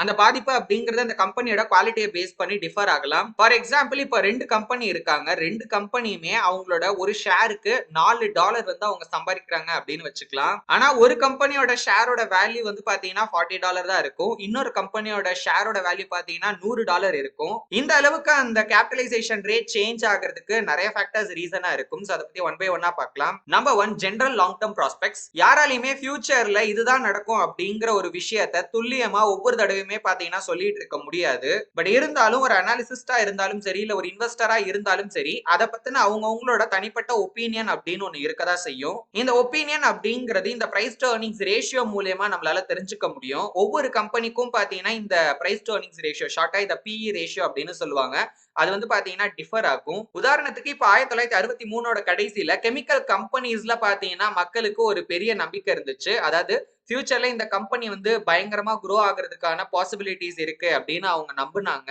அதனால அந்த கம்பெனியோட ஷேருக்கு வந்து அதிக அமௌண்ட் கொடுத்து வாங்க அவங்க ரெடியா இருந்தாங்க. அதாவது அந்த கம்பெனிஸோட PE ரேஷியோ அப்படிங்கிறது ரொம்பவே அதிகமா இருந்துச்சு. அதுலயும் குறிப்பா ஆயில் கம்பெனிஸை விட பாத்தீங்கன்னா ரொம்ப அதிகமா இருந்தது. எப்படி ஒவ்வொரு கம்பெனிக்கும் அதோட PE ரேஷியோ அப்படிங்கிறது டிஃபர் ஆகுமோ அதே மாதிரி ஒரு இண்டஸ்ட்ரிக்கு இல்ல ஒரு குறிப்பிட்ட செக்டாருக்கும் பாத்தீங்கன்னா அது வந்து டிஃபர் ஆகதான் செய்யும். அது வந்து நார்மலான ஒரு விஷயம் தான். ஆனா இந்த PE ரேஷியோக்கு பின்னாடி இருக்கிற ஒரு முக்கியமான ரீசனா பாஸ்ட் பெர்ஃபார்மன்ஸ் மட்டும் இருந்தது அப்படின்னா மேபி அது வந்து தப்பா போறதுக்கான நிறைய வாய்ப்பு இருக்கு. சோ இந்த 2 செக்டார்ல 1963 இருந்து 1970 வரைக்குமான டைம் பீரியட்ல சோ அதோட earnings எவ்வளவு இருந்திருக்கு, ஷேர் வேல்யூ எந்த அளவுக்கு இருந்திருக்கு அப்படிங்கறத இந்த கெமிக்கல் கம்பெனிஸையும் ஆயில் கம்பெனிஸையும் கம்பேர் பண்ணி ஆர்த்தர் ஒரு டேபிள்ல டீடைல்டா கொடுத்திருப்பாரு. அதுல ஆயில் கம்பெனிஸோட இந்த PE ரேஷியோ கம்மியாவே இருந்தாலும் அவங்க வந்து சூப்பரா பாத்தீங்கன்னா பெர்ஃபார்ம் பண்ணிருக்காங்க. அது அவங்களோட earningsலயே தெரியுது. ஆனா அதிக PE இருக்கிற கெமிக்கல் கம்பெனிஸோட earnings அப்படிங்கிறது அந்த அளவுக்கு பாத்தீங்கன்னா அட்ராக்டிவா இல்ல. Number 2, management. பொதுவாவே ஒரு கம்பெனியோட மேனேஜ்மெண்ட் குவாலிட்டி நல்லா இருந்துச்சு அப்படின்னா அந்த கம்பெனியோட ஃபியூச்சர் growth அப்படிங்கிறது பெட்டரா இருக்கும் அப்படிங்கிற ஒரு காமனான நம்பிக்கை அப்படிங்கிறது இருக்கு. பட் இருந்தாலும் ஒரு கம்பெனியோட மேனேஜ்மெண்ட் குவாலிட்டியை மெஷர் பண்றதுக்கான ஒரு நம்பகத்தன்மையான வழி அப்படின்னு ஒண்ணு கிடையவே கிடையாது. யூசுவலா என்ன பண்ணுவாங்க அப்படின்னா அந்த கம்பெனியோட பாஸ்ட் ரெக்கார்ட்ஸை செக் பண்ணுவாங்க. சோ அந்த டைம்ல வந்து கம்பெனி நல்லா பெர்ஃபார்ம் பண்ணிருக்கு அப்படின்னா அவங்களோட மேனேஜ்மெண்ட்டும் பெட்டரா தான் இருந்திருக்கு. சோ அதனாலதான் இந்த அளவுக்கு பெர்ஃபார்ம் பண்ணிருக்காங்க அப்படிங்கிற மாதிரி சொல்லுவாங்க. பட் இருந்தாலும் இந்த மேனேஜ்மெண்ட் குவாலிட்டி கூட ஒரு ஸ்டாக்கை வந்து ஓவர் வேல்யூவேஷன் பண்றதுக்கான நிறைய வாய்ப்பு இருக்கு. இந்த மேனேஜ்மெண்ட் அப்படிங்கிறது ஒரு நல்ல ஃபேக்டர் தான் ஒரு ஸ்டாக்கை ஸ்டடி பண்றதுக்கு. பட் அதை வந்து நம்ம எல்லா நேரமும் வந்து கன்சிடர் பண்ணணும் அப்படிங்கிற அவசியம் இல்ல. குறிப்பா எப்ப வந்து மேனேஜ்மெண்ட்ல ஒரு பெரிய சேஞ்சஸ் வருதோ அப்ப வந்து அதை நம்ம மெயினா கவனம் கொடுக்கலாம். ஏன் அப்படின்னு கேட்டீங்கன்னா இப்போ XYZ அப்படின்னு ஒரு கம்பெனி இருக்காங்க. அந்த கம்பெனியோட டாப் பொசிஷன்ஸ் இருக்கும் இல்லைங்களா? இப்போ சிஇஓவா இருக்கட்டும், இல்ல சிஎஃப்ஓவா இருக்கட்டும், இந்த மாதிரியான டாப் பொசிஷன்ல இருக்கிறவங்கள சேஞ்ச் பண்றாங்க. இல்ல ஒருத்தர் ரிட்டையர் ஆயிட்டாரு, அவருக்கு பதிலா இன்னொருத்தர் புதுசா வராரு. இந்த மாதிரி எல்லாம் நடக்கிறப்ப என்ன ஆகும் அப்படின்னா சோ மேனேஜ்மெண்ட் வைஸ் அந்த இடத்துல நிறைய விஷயங்களை சேஞ்ச் பண்ணுவாங்க. ஏன்னா முன்னாடி ஒருத்தர் இருந்தாருன்னா சோ அவரோட ஐடியால ஃபுல்லா எல்லாருக்கும் நடந்துட்டு இருந்திருக்கும். இப்போ புதுசா ஒருத்தரை உள்ள கொண்டு வரும்போது அவருக்கு ஏத்த மாதிரி மேனேஜ்மெண்ட் டோட்டலா சேஞ்ச் பண்ணுவாரு. அந்த சேஞ்சஸ் அப்படிங்கறது அந்த கம்பெனியோட பெர்ஃபார்மன்ஸை பாதிக்கும். அந்த பாதிப்பு நம்மளுக்கு ஸ்டாக் வேல்யூலயும் பாத்தீங்கன்னா தெரியும். ஒரு உதாரணம் பார்க்கலாம். இப்ப கிறிஸ்லர் கார்பரேஷன் வந்து ரொம்ப புவரா பெர்ஃபார்ம் பண்ணிட்டு இருக்க மேக்ஸ்வெல் மோட்டார்ஸ் அப்படிங்கிற ஒரு கம்பெனியை டேக் ஓவர் பண்றாங்க 1921. சில வருஷத்திலேயே அந்த கம்பெனியை ஒரு ப்ராஃபிட்டபிள் பிசினஸா மாத்துறாங்க. அது மட்டும் இல்லாம ஒரு பெரிய ஆட்டோமேக்கர் கம்பெனியாவும் மாத்துறாங்க. ஆனா அதே சமயத்துல நிறைய கம்பெனிஸ் பாத்தீங்கன்னா இழுத்து மூடிட்டு போயிட்டு இருந்தாங்க. இதுக்கு காரணம் அந்த இடத்துல நடந்த மேனேஜ்மெண்ட் சேஞ்ச். அகைன் 1962 கிறிஸ்லர் வந்து பாத்தீங்கன்னா ரொம்ப புவரா தான் பெர்ஃபார்ம் பண்ணிட்டு இருந்தாங்க. சோ அந்த டைம்ல பாத்தீங்கன்னா வந்து கன்சாலிடேஷன் கோல் அப்படிங்கிற ஒரு மேனேஜ்மெண்ட் வந்து புதுசா அதை டேக் ஓவர் பண்ணாங்க. சோ டேக் ஓவர் பண்ண கிட்டத்தட்ட ஒரே வருஷத்துல பாத்தீங்கன்னா அந்த கம்பெனியோட earnings அப்படிங்கிறது ஒரு ஷேருக்கு 1.24 அப்படின்னு இருந்த ரேட் வந்து பாத்தீங்கன்னா கிட்டத்தட்ட ஒரு ஷேருக்கு $17 அளவுக்கு வந்து growth ஆகிருக்கு. அந்த ஸ்டாக்கோட பிரைஸ் கூட $38.5 இருந்து கிட்டத்தட்ட $200 ஒரே வருஷத்துல பாத்தீங்கன்னா சேஞ்ச் ஆகிருக்கு. Number 3, financial strength and capital structure. ஒரு ஸ்டாக்கோட வேல்யூவை முடிவு பண்றதுக்கு ஒரு கம்பெனியோட ஃபைனான்சியல் பொசிஷன் அப்படிங்கிறது ரொம்ப இம்பார்ட்டன்டான ஒரு ரோலை பிளே பண்ணுது. ஏன்னா இப்போ ஒரு கம்பெனி ஒரு பிசினஸ் நடத்துறதுக்கு அவங்க கிட்ட வந்து போதுமான அளவுக்கு கேஷ் இருக்கு, பெருசா அந்த கம்பெனில வந்து டெப்ஸ் எதுவும் இல்ல, அதாவது கடன் எதுவும் இல்ல அப்படின்னு வச்சுக்கோங்களேன், அதாவது பாண்ட்ஸ் இல்ல, ப்ரிஃபர்ட் ஸ்டாக்ஸ் எல்லாம் இல்ல அப்படின்னா அதை ஒரு சேஃபான பெட்டரான இன்வெஸ்ட்மெண்டா பாத்தீங்கன்னா நம்ம சூஸ் பண்ணலாம். இப்போ அதே கம்பெனி அளவுக்கு ஏர்னிங்ஸ் இருக்கிற ஒரு கம்பெனி இருக்காங்க, பட் அந்த கம்பெனி வந்து அதிகமா கடன் வச்சிருக்காங்க அப்படின்னா அதை விட நம்ம முன்னாடி பார்த்த கம்பெனி வந்து ஒரு நல்ல சாய்ஸா இருக்கும். ஏன் அப்படின்னா அவங்க கிட்ட ஒரு பெரிய தலைவலி இல்ல. ஏன்னா கடன் இருந்துச்சு அப்படின்னாலே என்னதான் வந்து அதிக ரெவென்யூ வந்தாலும் அதுல ஒரு பார்ட் ஆஃப் மணி வந்து பாத்தீங்கன்னா தொடர்ந்து இந்த கடனுக்கு இன்ட்ரெஸ்ட் பே பண்றது, இந்த மாதிரி விஷயங்களுக்கே பாத்தீங்கன்னா போயிட்டு இருக்கும். அது மட்டும் இல்லாம இந்த மாதிரி அதிக கடன் வச்சிருக்கிற கம்பெனி ஒரு ஒரு டஃப்பான சிச்சுவேஷனை ஃபேஸ் பண்றப்போ அது பிசினஸ் வந்து இன்னும் ஒரு மோசமான நிலைமைக்கு கொண்டு போறதுக்கும் வந்து வாய்ப்பு இருக்கு. சோ அதனால இந்த ஒரு குறிப்பிட்ட ஃபேக்டர்ல மட்டும் எல்லா செக்யூரிட்டிஸ் அனாலிசிஸ்டும் ரொம்ப கவனமா இருப்பாங்க. ஏன் அப்படின்னு கேட்டீங்கன்னா இப்ப சின்ன அளவுல வச்சிருக்காங்கன்றப்போ எந்த பிரச்சனையும் இல்ல, அது ஒரு நார்மலான விஷயம் தான். ஏன்னா இதுல வந்து நிறைய பெனிஃபிட்டும் இருக்கு. ஓகேங்களா, இது வந்து ரொம்ப டீடைலா டிஸ்கஸ் பண்ண வேண்டிய டாபிக். நான் சிம்பிளா சொல்றேன். டாக்ஸ் பெனிஃபிட்டா இருக்கட்டும், இல்ல வேற ஏதாவது ஒரு ஒரு ஸ்கீமுக்காக இருக்கட்டும், இந்த மாதிரியான ரீசன்காக கடன் வந்து பிசினஸ்ல இருக்கலாம். ஓகே, கடன் இருந்தாலே வந்து அந்த பிசினஸ் வந்து மோசமானது அப்படின்லாம் கிடையாது. அது எந்த அளவுக்கு இருக்கு அப்படிங்கறதா ரொம்ப ரொம்ப இம்பார்ட்டன்ட். சில கம்பெனிஸ் எல்லாம் வந்து ரொம்ப ஷார்ட் பீரியடுக்கு வாங்கி அதை அப்பப்ப பாத்தீங்கன்னா வந்து க்ளோஸ் பண்ணிடுவாங்க, இல்ல ஏதாவது அந்த ஷார்ட் டேர்ம் நீடுக்காக கூட பாத்தீங்கன்னா வாங்கியிருப்பாங்க. இதெல்லாமே நார்மலான ஒரு விஷயம் தான். ஒரு சில நேரங்கள்ல அதிக கடன் வச்சிருக்க கம்பெனிஸ் கூட பாத்தீங்கன்னா ஒரு ஷார்ட் டேர்ம்ல வந்து ஒரு ஸ்பெகுலேட்டிவ் ப்ராஃபிட்ஸா அவங்களோட ஷேர் ஹோல்டர்ஸ்க்கு கொடுக்கறதுக்கான வாய்ப்பு இருக்கு. ஆர்த்தர் இந்த கண்டிஷனை தான் லிவரேஜ் அப்படின்னு சொல்றாரு. ஆனா இதுல வந்து எந்த அளவுக்கு அதிகமான ப்ராஃபிட் இருக்கோ அதே அளவுக்கு அதிகமான ரிஸ்க்கும் இருக்கு, ஏதாவது ஒண்ணு தப்பா போச்சு அப்படின்னா. ஆனா இது வந்து எல்லா கம்பெனிலும் நடக்கிறது கிடையாது, எப்பயாவது ரொம்ப ரேரா தான் பாத்தீங்கன்னா நடக்கும். Number 4, dividend record. ஒரு கம்பெனி எந்த அளவுக்கு ஒரு லாங் பீரியட்ல எந்த ஒரு பிரேக்கும் இல்லாம தொடர்ந்து டிவிடெண்ட் பே பண்றாங்க அப்படிங்கறத நம்ம செக் பண்ணலாம். ஃபார் எக்ஸாம்பிள் இப்போ ஒரு கம்பெனி வந்து தொடர்ந்து 20 வருஷமா வந்து டிவிடெண்ட் வந்து கண்டினியூஸா அவங்களோட ஷேர் ஹோல்டர்ஸ்க்கு அவங்க பே பண்ணிட்டே வராங்க அப்படின்னா எந்த அளவுக்கு அந்த கம்பெனி ஃபைனான்சியலி ஸ்ட்ராங்காவும் ஸ்டேபிளாவும் இருக்காங்க அப்படிங்கறத நம்மளால தெரிஞ்சுக்க முடியும். ஏன்னா இந்த 20 வருஷத்துல different kind of market conditions அவங்க பார்த்திருப்பாங்க. அதுல சம்டைம்ஸ் வந்து ரொம்ப போரா கூட அவங்க வந்து பிசினஸ் பண்ணியிருப்பாங்க. ஈவன் அந்த டஃப்பான சிச்சுவேஷன்ல கூட அவங்களோட ஏர்னிங்ஸ்ல, அதாவது அவங்களோட ரெவென்யூல ஒரு பார்ட் ஆஃப் மணியா அவங்களோட ஷேர் ஹோல்டர்ஸ்க்கு டிவிடெண்டா பே பண்றாங்க அப்படின்னா ஃபைனான்சியலி அவங்களோட ஸ்டெபிலிட்டியா அது காட்டுது. அது மட்டும் இல்லாம ஸ்டெடியா வந்து அவங்க பிசினஸ கொண்டு போறாங்க அப்படிங்கறது இதன் மூலமா நம்மளால புரிஞ்சுக்க முடியும். சோ இந்த மாதிரியான ஸ்டாக்ஸ் அப்படிங்கிறது ஒரு டிஃபென்சிவ் இன்வெஸ்டருக்கு நல்ல சாய்ஸா இருக்கும். ஏன்னா ஒரு ஸ்டெடியான ஒரு இன்கம் டிவிடெண்ட் மூலமா நம்ம வந்து இந்த ஸ்டாக்ல இருந்து எதிர்பார்க்கலாம், ஈவன் ஒரு டஃப்பான எக்கனாமிக் சிச்சுவேஷன்ல கூட. And last and finally fifth factor என்ன அப்படின்னா கரண்ட் டிவிடெண்ட் ரேட். ஒரு கம்பெனி அவங்களோட ஏர்னிங்ஸை கம்பேர் பண்ணும்போது இப்ப எவ்வளவு அமௌண்ட் டிவிடெண்டா பே பண்றாங்க அப்படிங்கறத டிவிடெண்ட் ரேட் அப்படின்னு சொல்லுவாங்க. இந்த டிவிடெண்ட் ரேட் அப்படிங்கிறது ஒவ்வொரு கம்பெனிக்கும் ஒவ்வொரு மாதிரி இருக்கும். பட் இருந்தாலும் most of the company follow பண்ற ஒரு ஸ்டாண்டர்ட் டிவிடெண்ட் பாலிசி என்ன அப்படின்னா அவங்களோட ஏர்னிங்ஸ்ல 3ல 2 பங்கு பாத்தீங்கன்னா வந்து டிவிடெண்டா அவங்க பே பண்ணுவாங்க. உதாரணத்துக்கு இப்போ ஒரு கம்பெனி வந்து ஒரு ஷேருக்கு $3 சம்பாதிக்கிறாங்க அப்படின்னா அதுல $2 வந்து டிவிடெண்டா பே பண்ணிடுவாங்க. சோ இந்த ஏர்னிங்ஸ் இல்ல டிவிடெண்ட், இந்த ரெண்டு ஃபேக்டர்ல ஏதாவது ஒரு ஃபேக்டரை நம்ம ஸ்டடி பண்ணாலே போதும். ஏன்னா இது ரெண்டுலயுமே நமக்கு கிடைக்க போற ரிசல்ட்ஸ் அப்படிங்கிறது பாத்தீங்கன்னா ஒரே மாதிரி தான் இருக்கும். அகைன் இப்போ வந்து ஒரு ஷேருக்கு $3 ஏர்ன் பண்ற கம்பெனி அதோட 12 மடங்கு, அதாவது அதோட ஏர்னிங்ஸை விட 12 மடங்கு பே பண்ண ரெடியா இருக்காங்க அந்த ஸ்டாக்குக்கு அப்படின்னாலும் சரி, இல்ல அந்த கம்பெனி வந்து ஒரு ஷேருக்கு $2 வந்து டிவிடெண்ட் பே பண்றாங்க, அந்த டிவிடெண்டை விட 18 மடங்கு வந்து அவங்க அந்த ஸ்டாக்குக்கு பே பண்ண தயாரா இருக்காங்க அப்படின்னாலும் சரி, இந்த இடத்துல அந்த ஸ்டாக்கோட வேல்யூ வந்து காமனா $36 தான் வரும். இருந்தாலும் growth விரும்புற கம்பெனிஸ் மோஸ்ட்லி என்ன பண்ணுவாங்க அப்படின்னா அவங்களோட ஏர்னிங்ஸை திரும்ப பிசினஸ்ல ரீஇன்வெஸ்ட் பண்ண தான் பாத்தீங்கன்னா இன்ட்ரெஸ்டடா இருப்பாங்க, டிவிடெண்ட் பே பண்றதுக்கு பதிலா. ஏன்னா அந்த அமௌண்ட்டையும் பிசினஸ்ல இன்வெஸ்ட் பண்றப்போ இன்னும் பிசினஸ் வந்து எக்ஸ்பேண்ட் ஆகும். அதன் மூலமா லாங் ரன்ல பாத்தீங்கன்னா இன்னும் அதிகமான ப்ராஃபிட்ஸ் அவங்களால ஜெனரேட் பண்ண முடியும். இது வந்து ஒரு ஷேர் ஹோல்டருக்கு லாஸ் இல்லையா ப்ரோ? ஏன்னா இப்ப டிவிடெண்ட் வந்துச்சுன்னா நம்ம பாக்கெட்டுக்கு ஒரு காசு வருது, இப்ப அது அவங்களே வந்து அவங்க பிசினஸ்ல இன்வெஸ்ட் பண்றதுனால நமக்கு என்ன பெனிஃபிட் அப்படின்னு கேட்டீங்கன்னா ஆக்சுவலி அந்த ஸ்டாக்கோட வேல்யூ இதனால இன்க்ரீஸ் ஆகிறதுக்கான வாய்ப்பு இருக்கு. சோ அதன் மூலமா இந்த ப்ராஃபிட் அப்படிங்கிறது ஒரு ஷேர் ஹோல்டருக்கு போகும். ஆக்சுவலி இதுவுமே நம்ம வந்து ரொம்ப டீடைலா டிஸ்கஸ் பண்ண வேண்டிய ஒரு டாபிக். அதாவது ஒரு கம்பெனி எவ்வளவு டிவிடெண்ட் பே பண்றாங்க, எவ்வளவு வந்து அவங்க பிசினஸ்லயே ரீஇன்வெஸ்ட் பண்றாங்க அப்படிங்கறதெல்லாம். சோ இத பத்தி ஆர்த்தர் வந்து சாப்டர் 19ல ரொம்ப டீடைலா டிஸ்கஸ் பண்ணியிருக்காரு. அப்ப அதை பத்தி நம்ம பார்க்கலாம். growth ஸ்டாக்ஸோட கேபிட்டலைசேஷன் ரேட். நிறைய ப்ரொஃபஷனல் செக்யூரிட்டிஸ் அனாலிசிஸ் மெயினா பாத்தீங்கன்னா growth ஸ்டாக்ஸை வந்து வேல்யூவேஷன் பண்றது தான் ஃபோக்கஸ் பண்ணுவாங்க. அண்ட் அதை வேல்யூவேஷன் பண்றதுக்கு நிறைய மெத்தட்ஸா அவங்க யூஸ் பண்ணுவாங்க. அதுல ஆர்த்தர் வந்து ரொம்ப சிம்பிளான ரொம்ப பிராக்டிக்கலான ஒரு ஃபார்முலாவை வந்து பாத்தீங்கன்னா இந்த இடத்துல நமக்கு கொடுத்திருப்பாரு. அது என்ன அப்படின்னா value is equal to current earnings or normal earnings into 8.5 plus 2 into expected annual growth rate. So இந்த ஃபார்முலால current earnings or normal earnings அப்படிங்கிறது ஒரு கம்பெனில ஆவரேஜா பாத்தீங்கன்னா ஒரு ஷேருக்கு எவ்வளவு ஏர்ன் பண்றாங்க அப்படிங்கிற வேல்யூ இது வந்து லாஸ்ட் ஒரு ஃபியூ இயர்ஸோட டேட்டாவை எடுத்து அதோட ஆவரேஜ் நம்ம கண்டுபிடிக்கணும். அப்பதான் வந்து நார்மலா எவ்வளவு ஏர்னிங்ஸ் இருக்கு அப்படிங்கறத நம்மளால தெரிஞ்சுக்க முடியும். நெக்ஸ்ட் இந்த 8.5 அப்படிங்கிறது PE ரேஷியோவை அவர் குறிக்கிறாரு. இதுக்கு என்ன அர்த்தம் அப்படின்னா இப்போ ஒரு கம்பெனியோட growth ரேட் வந்து 0வா இருக்கு அப்படின்னு கன்சிடர் பண்ணிக்கோங்க. அப்படி இருக்கிற கம்பெனிக்கு கூட பிரைஸ் டு ஏர்னிங்ஸ் ரேஷியோ வந்து ஒரு 8.5 இருந்துச்சு அப்படின்னா அது ஒரு ஃபேரான நம்பர்ஸ், அது ஒரு நியாயமான நம்பர்ஸா அவர் கன்சிடர் பண்றாரு. அதனாலதான் 8.5 அப்படின்றத எடுத்திருக்காரு. நெக்ஸ்ட் எக்ஸ்பெக்டட் ஆனுவல் growth ரேட்ல எந்த அளவுக்கு அந்த கம்பெனி வந்து ஃபியூச்சர்ல அதுலயும் ஒரு 7ல இருந்து 10 வருஷத்துக்கு grow ஆகிறதுக்கான பாசிபிலிட்டிஸ் இருக்கு. அதை பேஸ் பண்ண அதோட ஆவரேஜ் வேல்யூ எடுத்துக்கணும். அதை நம்ம 2 மடங்கா வந்து பாத்தீங்கன்னா எடுத்துக்கணும். அதனாலதான் 2 into expected annual growth rate அப்படின்னு கொடுத்திருப்பாரு. ஃபார் எக்ஸாம்பிள் இப்ப ஒரு கம்பெனியோட growth rate 0னா நான் முன்னாடி சொன்ன மாதிரி அதோட மல்டிப்ளையர் அதாவது PE ரேஷியோ வந்து 8.5 இருக்கும். இதே அந்த கம்பெனியோட growth rate வந்து 5% அப்படின்னா 8.5 பிளஸ் 2 into 5 வந்து பாத்தீங்கன்னா நமக்கு 10 வரும். So 10 plus 8.5 18.5 வந்துரும் நம்மளுக்கு மல்டிப்ளையர். இதே இப்ப நம்மளுக்கு growth rate வந்து 10% அப்படின்னா இதோட மல்டிப்ளையர் வேல்யூ வந்து 28.5 ஆகும். So growth rate அதிகமாக அதிகமாக இந்த மல்டிப்ளையரோட வேல்யூ வந்து பாத்தீங்கன்னா இன்னும் ஜாஸ்தியா இன்க்ரீஸ் ஆயிட்டே இருக்கும். இதே method Arthur Dow Jones industrial ஆவரேஜ்க்கும் 6 மேஜர் கம்பெனிஸ்க்கும் பாத்தீங்கன்னா யூஸ் பண்ணியிருப்பாரு. அந்த டேட்டாவையுமே கீழே ஒரு டேபிள்ல தனியா கொடுத்திருப்பாங்க.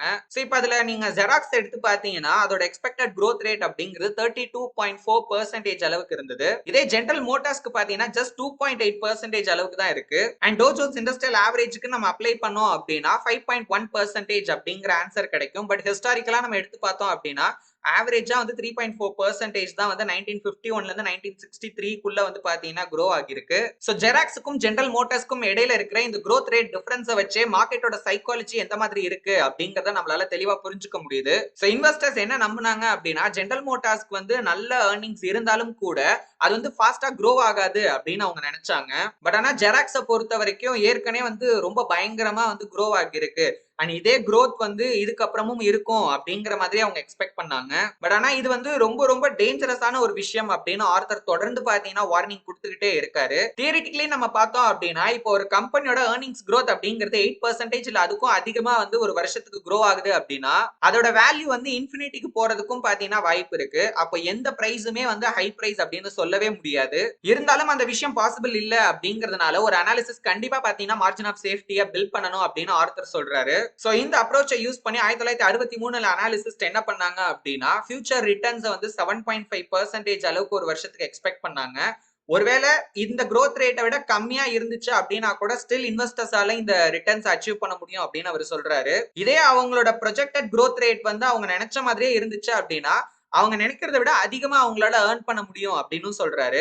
ரியல் லைஃப்ல இந்த ஃபார்முலா யூஸ் பண்ணி ப்ரிடிக்ட் பண்ண வேல்யூவை விட சில கம்பெனிஸ் எல்லாம் பயங்கரமா பெர்ஃபார்ம் பண்ணிருக்கு. உதாரணத்துக்கு ஜெராக்ஸ், IBM இந்த மாதிரி கம்பெனிஸ் எல்லாம் to Jones industrial average expect பண்ணதுக்கு ஈக்குவலா பாத்தீங்கன்னா பெர்ஃபார்ம் பண்ணிருக்கு. இருந்தாலும் சில கம்பெனிஸ்ல எதிர்பார்த்த அளவுக்கு growth அப்படிங்கிறது பாத்தீங்கன்னா இல்ல. ஈவன் அந்த கம்பெனியோட ஸ்டாக் பிரைஸ் கூட டோ ஜோன்ஸ் இண்டஸ்ட்ரியல் ஆவரேஜ் எந்த அளவுக்கு இன்க்ரீஸ் ஆகிருக்கோ அதை விட கம்மியா தான் பாத்தீங்கன்னா இன்க்ரீஸ் ஆகிருக்கு. சரி இது வரைக்கும் நம்ம பார்த்தது எல்லாமே ஒரு உதாரணத்துக்காக தான் ஆர்த்தர் வந்து ஹிஸ்டாரிக்கல் டேட்டால இருந்து நம்ம கிட்ட ஷேர் பண்ணியிருப்பாரு. ஆனா ரியாலிட்டி என்ன அப்படின்னா growth ப்ரொஜெக்ஷன் அப்படிங்கிறது ரொம்ப ரொம்ப ரொம்ப அன்சர்டைனான ஒரு விஷயம். அண்ட் ஃபியூச்சர் ஸ்டாக் பிரைஸ் அப்படிங்கறது அந்த ப்ரிடிக்ஷனை தான் ஃபாலோ பண்ணும் அப்படின்னு எந்த நிச்சயமும் கிடையாது. ஒருவேளை நம்மளோட ஃபார்காஸ்ட் அப்படிங்கிறது சரியாவும் இருக்கலாம் இல்ல தப்பாவும் போலாம். இண்டஸ்ட்ரி அனாலிசிஸ் ஒரு கம்பெனியோட மார்க்கெட் பிரைஸை முடிவு பண்ற ஃபேக்டர்ல அதோட ஃபியூச்சர் ப்ராஸ்பெக்டும் ரொம்ப ரொம்ப ரொம்ப ஒரு முக்கியமான விஷயம். சோ ஒரு கம்பெனியோட ஃபியூச்சரை பத்தி நம்ம தெரிஞ்சுக்கணும் அப்படின்னா கண்டிப்பா அந்த கம்பெனி எந்த இண்டஸ்ட்ரியில இருக்காங்க, அந்த இண்டஸ்ட்ரியில அந்த கம்பெனி வந்து எந்த பொசிஷன்ல இருக்காங்க அப்படிங்கறத நம்ம வந்து ஸ்டடி பண்ணணும். சோ அந்த மாதிரி நம்ம ஸ்டடி பண்றப்போ இது வரைக்கும் நமக்கு தெரியாத நிறைய வேல்யூபிளான இன்ஃபர்மேஷன்ஸ் அப்படிங்கிறது நமக்கு கிடைக்கிறதுக்கான வாய்ப்பு இருக்கு.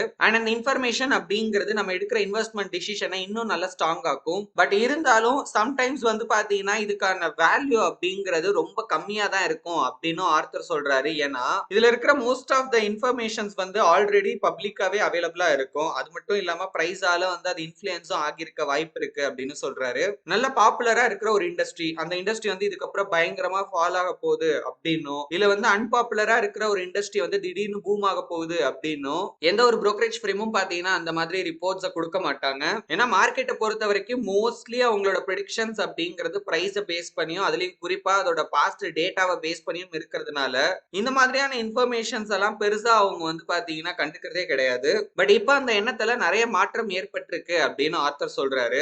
இப்ப இருக்கிற ஒரு கம்பெனியோட சக்சஸ் அண்ட் ஃபெயிலியர் அப்படிங்கிறது இதுக்கப்புறம் வரப்போற ஒரு புது ப்ராடக்ட்னாலயோ இல்ல ஒரு புது டெக்னாலஜினாலயோ பாதிப்படைகிறதுக்கான வாய்ப்பு இருக்கு. சோ இதை நம்ம முன்கூட்டியே தெரிஞ்சுக்கிட்டோம் அப்படின்னா நமக்கு நிறைய ஆப்பர்ச்சுனிட்டிஸ் அப்படிங்கிறது மார்க்கெட்ல கிடைக்கும். பட் இருந்தாலும் அது எல்லாத்துலயுமே வந்து அதிக அளவுல ரிஸ்க்கும் இருக்கதான் செய்யும். எப்படி நம்ம வந்து பாஸ்ட் டேட்டாவை மட்டும் பேஸ் பண்ணி நம்ம வந்து ஒரு டிசிஷன் எடுக்கிறப்ப அங்க நம்ம தப்பு பண்றதுக்கான வாய்ப்பு நிறைய இருக்கோ, அதே மாதிரிதான் நம்ம வெறும் ஃபியூச்சர் எக்ஸ்பெக்டேஷனை மட்டுமே ஃபோக்கஸ் பண்ணி ஒரு டிசிஷன் எடுத்தாலும் அங்கேயும் நம்ம தப்பு பண்றதுக்கான வாய்ப்பு நிறைய இருக்கு. அண்ட் அதே மாதிரி வெறும் பாஸ்ட் டேட்டாவை மட்டும் நம்ம ஃபோக்கஸ் பண்றப்போ இந்த மாதிரியான பெரிய பெரிய ஆப்பர்ச்சுனிட்டிஸை நம்ம வந்து மிஸ் பண்றதுக்கான வாய்ப்பும் இருக்கு. ரொம்ப சிம்பிளா சொல்லணும் அப்படின்னா, இப்போ ஒரு இன்வெஸ்டரா நம்ம இருக்கோம் அப்படிங்கிறப்போ நமக்கு வந்து 2 சாய்ஸ் இருக்கும். ஒன்னு, இப்ப நம்ம வந்து இமேஜினேட்டிவா இருக்கோம், வில்லிங்கா இருக்கோம், ரொம்ப எக்ஸைட்டடா இருக்கோம், ரிஸ்க் எடுக்கலாம் வந்து தைரியமா இருக்கோம் அப்படின்னா நம்ம வந்து ஹியூஜ் ப்ராஃபிட் மேக் பண்றதுக்கான வாய்ப்பு இருக்கு. ஒருவேளை நம்ம பண்ற விஷயம் வந்து கரெக்டா போச்சு அப்படின்னா, ஒருவேளை ஏதாவது மிஸ் ஆச்சு அப்படின்னாலும் அந்த ரிஸ்கை ஏத்துக்க நம்ம தயாரா இருக்கணும். அதுலயும் குறிப்பா நம்ம எடுக்கிற முடிவு வந்து தப்பா போறதுக்கும் வாய்ப்பு இருக்கு. அதையும் நம்ம வந்து அக்செப்ட் பண்ணிக்க தயாரா இருக்கணும். இல்ல நான் வந்து கன்சர்வேட்டிவா இருக்கேன், சேஃபா எனக்கு இன்வெஸ்ட் பண்ணணும், நான் ரொம்ப கேர்ஃபுல்லா இன்வெஸ்ட் பண்ணணும்னு நினைக்கிறேன் அப்படின்னா அதுக்கேத்த மாதிரியே நம்ம இன்வெஸ்ட் பண்ணிக்கலாம். சோ அதுல நம்ம வந்து பெரிய பெரிய லாஸை வந்து அவாய்ட் பண்ணிடலாம். பட் இருந்தாலும் நம்ம பண்ண முடியாத ஒரு விஷயத்த பண்ணி நிறைய பேர் வந்து பெரிய அளவுல ஏர்ன் பண்ணுவாங்க. சோ அதை பார்த்து வந்து பாத்தீங்கன்னா நம்ம பொறாமப்படுறதோ இல்ல வந்து வருத்தப்படுறதோ பாத்தீங்கன்னா கண்டிப்பா கூடாது. ஏன்னா அவங்க வந்து ரிஸ்க் எடுத்து ஒரு விஷயம் பண்ணியிருப்பாங்க, அதுக்கான ரிட்டர்ன்ஸ் அவங்க மேக் பண்ணியிருப்பாங்க. நம்ம ஓரளவுக்கு ரிஸ்க் எடுத்திருப்போம், அந்த ரிஸ்க்குக்கான ரிட்டர்ன்ஸ் அப்படிங்கிறது நமக்கு வந்திருக்கும். ஏன்னா இன்வெஸ்ட்மெண்ட்டை பொறுத்த வரைக்கும் சேஃப்டி அண்ட் எக்ஸைட்மெண்ட் ரெண்டுமே ஒரே நேரத்துல இருக்க வாய்ப்பே கிடையாது. இது ரெண்டுல ஏதாவது ஒண்ணு மட்டும் தான் நம்மளால சூஸ் பண்ண முடியும். சோ அதுக்கேத்த மாதிரி நம்மளோட ரிஸ்க் அண்ட் ரிவார்ட் அப்படிங்கிறது இருக்கும். a two part appraisal process. appraisal அப்படிங்கறத தமிழ்ல மதிப்பீடு அப்படின்னு சொல்லுவாங்க. அகைன் நம்ம வந்து காமன் ஸ்டாக் வேல்யூவேஷனை பார்க்கலாம். ஆல்ரெடி நம்ம பார்த்திருக்கோம் மார்க்கெட்ல இந்த ஸ்டாக் வேல்யூவேஷன் பண்றதுக்கு நிறைய மெத்தட்ஸை யூஸ் பண்றாங்க அப்படின்னு. அதுல இருந்து ஒரு 2 ஸ்டெப் ப்ராசஸ் பாத்தீங்கன்னா ஆர்த்தர் இந்த இடத்துல கொடுத்திருக்காரு. Step 1 past performance value. இதுல ஒரு கம்பெனியோட ஹிஸ்டாரிக்கல் டேட்டாவை மட்டும் பேஸ் பண்ணி அதோட வேல்யூ என்ன அப்படிங்கறத நம்ம வந்து ஐடென்டிஃபை பண்ணணும். இதுல எக்காரணம் கொண்டு ஃபியூச்சர் எக்ஸ்பெக்டேஷனோ இல்ல வேற எந்த ஒரு விஷயமும் பாத்தீங்கன்னா வரவே கூடாது. சோ அந்த வேல்யூவை நம்ம தெரிஞ்சுக்கிட்டோம் அப்படின்னா அதை நம்ம வந்து ஒரு இண்டெக்ஸோட கம்பேர் பண்ணி அதுக்கேத்த அளவுக்கு இருந்திருக்கா, இப்ப இந்த ஸ்டாக்கோட வேல்யூ ஓகேவா இருக்கா இல்லையா, இதே மாதிரியான growth வந்து நம்ம ஃபியூச்சர்ல எக்ஸ்பெக்ட் பண்ணலாமா இல்லையா அப்படிங்கிறதுக்கு ஒரு பேசிக் ஐடியா கிடைக்கும். சோ இந்த கால்குலேஷன்ல உங்களோட அசம்ஷன் என்ன அப்படின்னா, கடந்த 7 வருஷத்தோட growth ரேட் வந்து எதுவுமே மாறாம அப்படியே வந்து அடுத்த 7 வருஷத்துக்கு கண்டினியூ ஆகுற மாதிரி அவங்க கன்சிடர் பண்ணிப்பாங்க. அண்ட் இந்த ஃபார்முலால அனாலிசிஸ் ஸ்பெசிஃபிக்கா பாத்தீங்கன்னா profitability, stability, growth, current financial condition இது எல்லாத்துக்குமே பாத்தீங்கன்னா இம்பார்ட்டன்ஸ் கொடுப்பாங்க. அது மட்டும் இல்லாம இந்த ஃபர்ஸ்ட் ஸ்டெப் அப்படிங்கிறது கம்ப்ளீட்டா பாத்தீங்கன்னா மெக்கானிக்கலா இருக்கும். அதாவது இருக்கிற ஃபேக்ட் அண்ட் டேட்டாவை பேஸ் பண்ணி தான் இதுல ஃபுல்லாவே கால்குலேட் பண்ணுவாங்க. இதுல எந்த ஒரு ஒப்பீனியனோ இல்ல கெஸ்ட் ஒர்க்கோ பாத்தீங்கன்னா இருக்காது. செகண்ட் ஸ்டெப், அந்த வேல்யூவை நம்ம ஃபியூச்சர் எக்ஸ்பெக்டேஷனுக்கு ஏத்த மாதிரி அட்ஜஸ்ட் பண்ணணும். ஃபார் எக்ஸாம்பிள் இப்போ ஒரு கம்பெனியோட மார்க்கெட்டோ ப்ராடக்ட்டோ மேனேஜ்மெண்ட்டோ ஏதாவது மாறுது அப்படின்னா அந்த ஸ்டாக்கோட வேல்யூவும் இதனால இன்க்ரீஸ் ஆகவோ இல்ல டிக்ரீஸ் ஆகவோ பாத்தீங்கன்னா வாய்ப்பு இருக்கு. இதுல இப்போ சீனியர் அண்ட் ஜூனியர் அனாலிசிஸ்ட் இருக்காங்க அப்படின்னா அவங்களுக்குள்ள வேலையை எப்படி டிவைட் பண்ணி ஒர்க் பண்ணணும் அப்படிங்கிறதுக்கான சஜஷனையுமே ஆர்த்தர் கொடுத்திருக்காரு. ஃபர்ஸ்ட், இப்போ ஒரு சீனியர் அனாலிசிஸ்ட் வந்து இந்த பாஸ்ட் பெர்ஃபார்மன்ஸ் வேல்யூவை கால்குலேட் பண்றதுக்கான அந்த ஃபார்முலாவை டிசைன் பண்ணணும். ரெண்டாவது, அந்த ஜூனியர் அனாலிசிஸ்ட் அந்த ஃபார்முலாவை மெக்கானிக்கலா பாத்தீங்கன்னா அப்ளை பண்ணி ஒவ்வொரு கம்பெனியோட அந்த வேல்யூவை வந்து அவங்க டிரைவ் பண்ணணும். நெக்ஸ்ட், சீனியர் அனாலிசிஸ்ட் வந்து அந்த ரிசல்ட்ஸ் எல்லாத்தையுமே ரிவ்யூ பண்ணிட்டு ஃபியூச்சருக்கு ஏத்த மாதிரி அந்த வேல்யூவை எப்படி அட்ஜஸ்ட்மெண்ட் பண்ணணும் அப்படிங்கறதெல்லாம் பண்ணி ஃபைனல் ரிப்போர்ட்டை ரெடி பண்ணுவாங்க. இந்த மெத்தடை நம்ம யூஸ் பண்றது வர்த்தா இருக்குமா அப்படின்னு கேட்டீங்கன்னா கண்டிப்பா வர்த்தா இருக்கும். பட் இருந்தாலும் அதுல நம்ம சொல்ற சில காரணங்கள் வந்து சந்தேகத்தையும் ஏற்படுத்தும். ஏன்னா ஃபியூச்சர் அப்படிங்கிறது கம்ப்ளீட்டாவே வந்து ஒரு அன்சர்டனா இருக்கிற ஒரு விஷயம். அப்படி இருந்தும் இந்த மெத்தடை நம்ம யூஸ் பண்றதுக்கான 3 முக்கியமான ரீசன் என்ன அப்படின்னு கேட்டீங்கன்னா, நம்பர் 1, இப்ப இருக்கிற மெத்தடை விட இது வந்து ஒரு பெட்டரான மெத்தட் அப்படின்னு சொல்றாரு. ஏன்னா நிறைய அனாலிசிஸ்ட் இந்த மெத்தடை யூஸ் பண்ணி வேல்யூ எஸ்டிமேட் பண்ண ஆரம்பிச்சிட்டாங்க. அது மட்டும் இல்லாம இந்த மெத்தட் அப்படிங்கறது அவங்களோட ஒர்க்கை இன்னும் அதிக கன்சிஸ்டன்ட் ஆகுது, டிசிப்ளின்ட் ஆகுது. ரெண்டாவது, அவங்களோட எக்ஸ்பீரியன்ஸ் அப்படிங்கிறது அதிகமாகுது. சோ இந்த 2 ஸ்டெப் மெத்தடை பிராக்டிஸ் பண்றப்போ நிறைய யூஸ்ஃபுல்லான இன்சைட்ஸ், அவங்களோட ஸ்கில் எல்லாம் பாத்தீங்கன்னா டெவலப் ஆகுது. நம்பர் 3, நிறைய வேல்யூபிளான ரெக்கார்ட்ஸ் அப்படிங்கிறது உருவாகுது. Over a period of time நம்மளோட வேல்யூவேஷனையும் ஆக்சுவல் ரிசல்ட்ஸையும் நம்ம வந்து ரெக்கார்ட் பண்ணிக்கிட்டே வந்தோம் அப்படின்னா அதன் மூலமா நமக்கு சம் எக்ஸ்பீரியன்ஸ் அப்படிங்கிறது கிடைக்கும். ஏன்னா இதன் மூலமா இன் ஃபியூச்சர்ல நம்ம இதுல ஏதாவது வந்து சேஞ்சஸ் பண்ணணும் அப்படின்னாலோ இல்ல ஏதாவது அட்ஜஸ்ட்மெண்ட் பண்ணணும் அப்படின்னாலோ பாத்தீங்கன்னா அதெல்லாம் பண்றதுக்கு இந்த டேட்டா அப்படிங்கிறது நமக்கு ரொம்பவே யூஸ்ஃபுல்லா இருக்கும். இந்த அப்ரோச் அப்படிங்கிறது எஸ்பெஷலி பப்ளிக் யூட்டிலிட்டி ஸ்டாக்ஸ்ல வந்து நல்லாவே ஒர்க் ஆகும் அப்படின்னு ஆர்த்தர் சொல்றாரு. ஏன்னா அங்க வந்து நமக்கு ஃபியூச்சர் ஏர்னிங்ஸை வந்து ஈஸியாவே ப்ரிடிக்ட் பண்ணிட முடியும். ஸோ ஒரு இன்டெலிஜென்ட் அனாலிசிஸ் ஃபோக்கஸ் பண்ற கம்பெனில மெயினா ஃபியூச்சர் அப்படிங்கிறது நியாயமான முறையில கணிக்கக்கூடியதா இருக்கணும். ரெண்டாவது அதோட பாஸ்ட் வேல்யூ அப்படிங்கிறது இப்ப இருக்கிற கரண்ட் பிரைஸை விட அதிகமா இருக்கணும். ஸோ அப்படி இருந்துச்சு அப்படின்னா அந்த இடத்துல நமக்கு வந்து மார்ஜின் ஆஃப் சேஃப்டி அப்படிங்கிறது ரொம்ப அதிகமா கிடைக்கும். அண்ட் ஃபைனலி ஆர்த்தர் வந்து இப்ப நம்ம பார்த்த விஷயத்துக்குலாம் உதாரணங்களா அடுத்தடுத்த சாப்டர்ல பாத்தீங்கன்னா கொடுத்திருக்காரு. பட் அது எல்லாமே வந்து ஒரு எக்ஸ்பிளனேஷன் பர்பஸ்க்காக தான் இன்க்ளூட் பண்ணியிருக்காரு. ஸோ நம்ம வந்து ஸ்டாக் அனாலிசிஸ்ல இன்ட்ரெஸ்டடா இருக்கோம் அப்படின்னா நம்ம தான் ஓனா வந்து ஸ்டடி பண்ணணும். அண்ட் அதை பேஸ் பண்ணி தான் நம்ம வந்து பை பண்ணலாமா செல் பண்ணலாமா அப்படிங்கிற டிசிஷன் எல்லாம் நம்ம எடுக்கணும் அப்படிங்கறத சொல்லி முடிக்கிறாரு. இப்போ இந்த சாப்டரோட ஜேசன் ஸ்வீக்கோட கருத்து என்ன அப்படின்னு பார்க்கலாம். Putting a price on the future. ஒரு ஸ்டாக்குக்கு நம்ம எவ்வளவு பே பண்ணணும் அப்படிங்கறத ஒரு இன்வெஸ்டர் எப்படி டிசைட் பண்ணணும். ஒரு கம்பெனிக்கு அதோட ஏர்னிங்ஸை விட 10 மடங்கு பிரைஸ் கொடுக்க தயாரா இருக்காங்க. ஆனா இதே இன்னொரு கம்பெனிக்கு பாத்தீங்கன்னா 20 மடங்கு கொடுக்க தயாரா இருக்காங்க. இதுக்கான காரணம் என்ன? அண்ட் இதெல்லாம் விட ரொம்ப இம்பார்ட்டன்டா எப்படி வந்து நம்ம ஒரு கம்பெனிக்கு ஓவர் பே பண்றதை அவாய்ட் பண்றது. ஏன்னா அப்படி பண்ணோம் அப்படின்னா நம்ம ஃபியூச்சர்ல வந்து டிசப்பாயிண்ட் ஆகிறதுக்கான வாய்ப்பு நிறைய இருக்கு. சோ இந்த எல்லா கேள்விக்கான ஒரே பதில் என்ன அப்படின்னா அந்த ஸ்டாக்கை கரெக்டா நம்ம வந்து வேல்யூ பண்ணணும். சோ அதை பண்றதுக்கு 5 முக்கியமான ஃபேக்டர்ஸ் நம்ம பார்க்கணும் அப்படின்னு ஆல்ரெடி பெஞ்சமின் கிரஹம் சொல்லியிருக்காரு. இப்ப ஜேசன் ஸ்பீக்கும் அதே 5 ஃபேக்டரை சொல்லி தான் அது ஒவ்வொன்றையுமே இன்னைக்கு மார்க்கெட்ல நம்ம எப்படி அப்ளை பண்ணலாம் அப்படிங்கறத சொல்ல போறாரு. Number 1 long general term prospects. Number 2 quality of management. Number 3 financial strength and capital structure. Number 4 dividend record and number 5 current dividend rate. இப்ப இதுல இருக்கிற ஒவ்வொன்றையுமே வந்து டீடைல்டா பார்க்கலாம். சோ ஃபர்ஸ்ட் வந்து லாங் டேர்ம் ப்ராஸ்பெக்ட்ஸ். இன்னைக்கு இருக்கிற மாடர்ன் இன்வெஸ்டர்ஸ் ஒரு கம்பெனியோட ஃபைனான்சியல் ஹிஸ்டரியை ஸ்டடி பண்ணணும் அப்படின்னாலே அதுக்கு அவங்க பண்ற முதல் வேலை என்ன அப்படின்னா அவங்களோட ஆனுவல் ரிப்போர்ட், அதாவது அந்த கம்பெனியோட ஆனுவல் ரிப்போர்ட்டை லாஸ்ட் 5 இயர்ஸ் 7 இயர்ஸ் 10 இயர்ஸ் பீரியடுக்கு முதல்ல டவுன்லோட் பண்ணுவாங்க. ஸோ அந்த ஸ்டேட்மெண்ட்ல இந்த 2 முக்கியமான கேள்விக்கான பதில் நமக்கு கிடைக்குதா அப்படிங்கறத பார்க்கணும் அப்படின்னு அவர் சொல்றாரு. ஸோ ஃபர்ஸ்ட் கொஸ்டின் என்ன அப்படின்னா அந்த கம்பெனியோட வளர்ச்சிக்கு எது முக்கியமான காரணமா இருக்கு அப்படிங்கறத பார்க்கணும். ரெண்டாவது அந்த கம்பெனிக்கு இப்ப ப்ராஃபிட் அப்படிங்கிறது எங்க இருந்து வருது, இன் ஃபியூச்சர்ல அது எங்க இருந்து வர வாய்ப்பு இருக்கு அப்படிங்கறத தெரிஞ்சுக்கணும். ஸோ அதை செக் பண்றப்போ இந்த வார்னிங் சைன்ஸ் அதுல இருக்கா அப்படிங்கறத நம்ம பார்க்கணும். அப்படி இருந்துச்சுன்னா அந்த இடத்துல நம்ம கொஞ்சம் ஜாக்கிரதையா இருக்கணும். சோ ஃபர்ஸ்ட் வார்னிங் சைன் என்ன அப்படின்னா சீரியல் அக்வயர் ப்ராப்ளம். சோ இதுல ஜெனரலா ஒரு கம்பெனி என்ன பண்ணுவாங்க அப்படின்னா ஒரே வருஷத்துக்குள்ள 2 கம்பெனி 3 கம்பெனி 4 கம்பெனின்னு பாத்தீங்கன்னா இல்ல அதுக்கும் மேல வந்து அக்வயர் பண்ணிட்டே இருப்பாங்க. இது வந்து ஒரு பேட் சைன். ஏன் அப்படின்னு கேட்டீங்கன்னா இந்த மாதிரி மத்த கம்பெனிஸ் அக்வயர் பண்றதுல அவங்க கான்சென்ட்ரேட் பண்றப்போ அவங்களோட ஓன் பிசினஸ் ஆபரேஷன்ல அவங்க வந்து கான்சென்ட்ரேட் பண்ண மாட்டாங்க.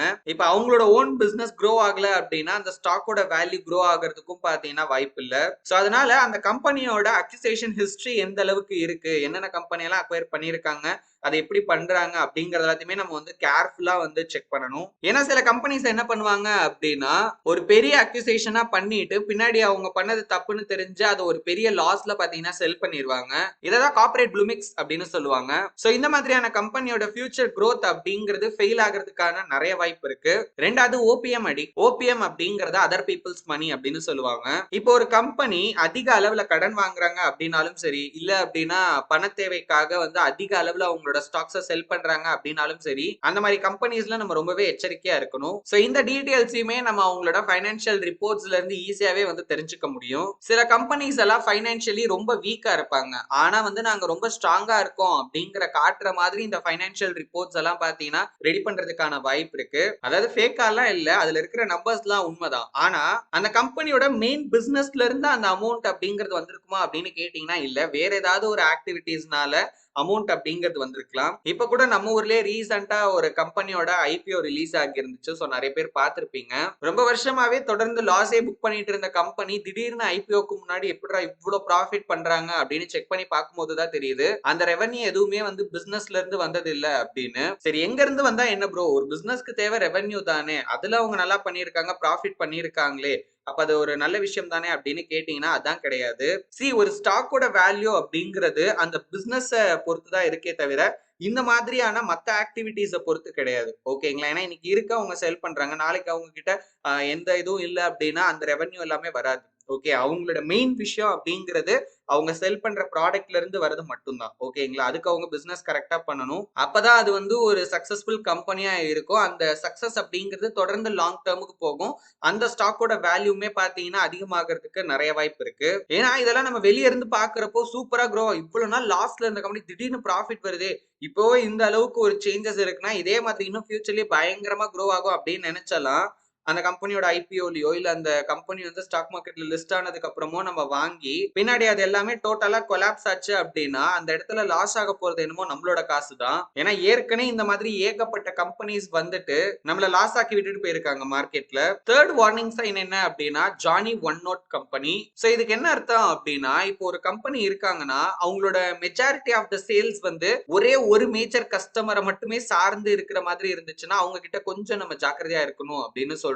ஃபார் எக்ஸாம்பிள் 1999ல ஃபைபர் ஆப்டிக்ஸ் கம்பெனியான சைக்கமோர் நெட்வொர்க்ஸ் அப்படிங்கிறது பப்ளிக் ஆனாங்க. அதாவது அவங்களோட கம்பெனிஸோட ஷேர்ஸ் வந்து பப்ளிக்கு ஆஃபர் பண்ணாங்க. பட் அந்த கம்பெனியோட கஸ்டமர் பாத்தீங்கன்னா வெறும் ஒரே ஒருத்தர் தான், வில்லியம்ஸ் கம்யூனிகேஷன் அப்படிங்கிறவங்க.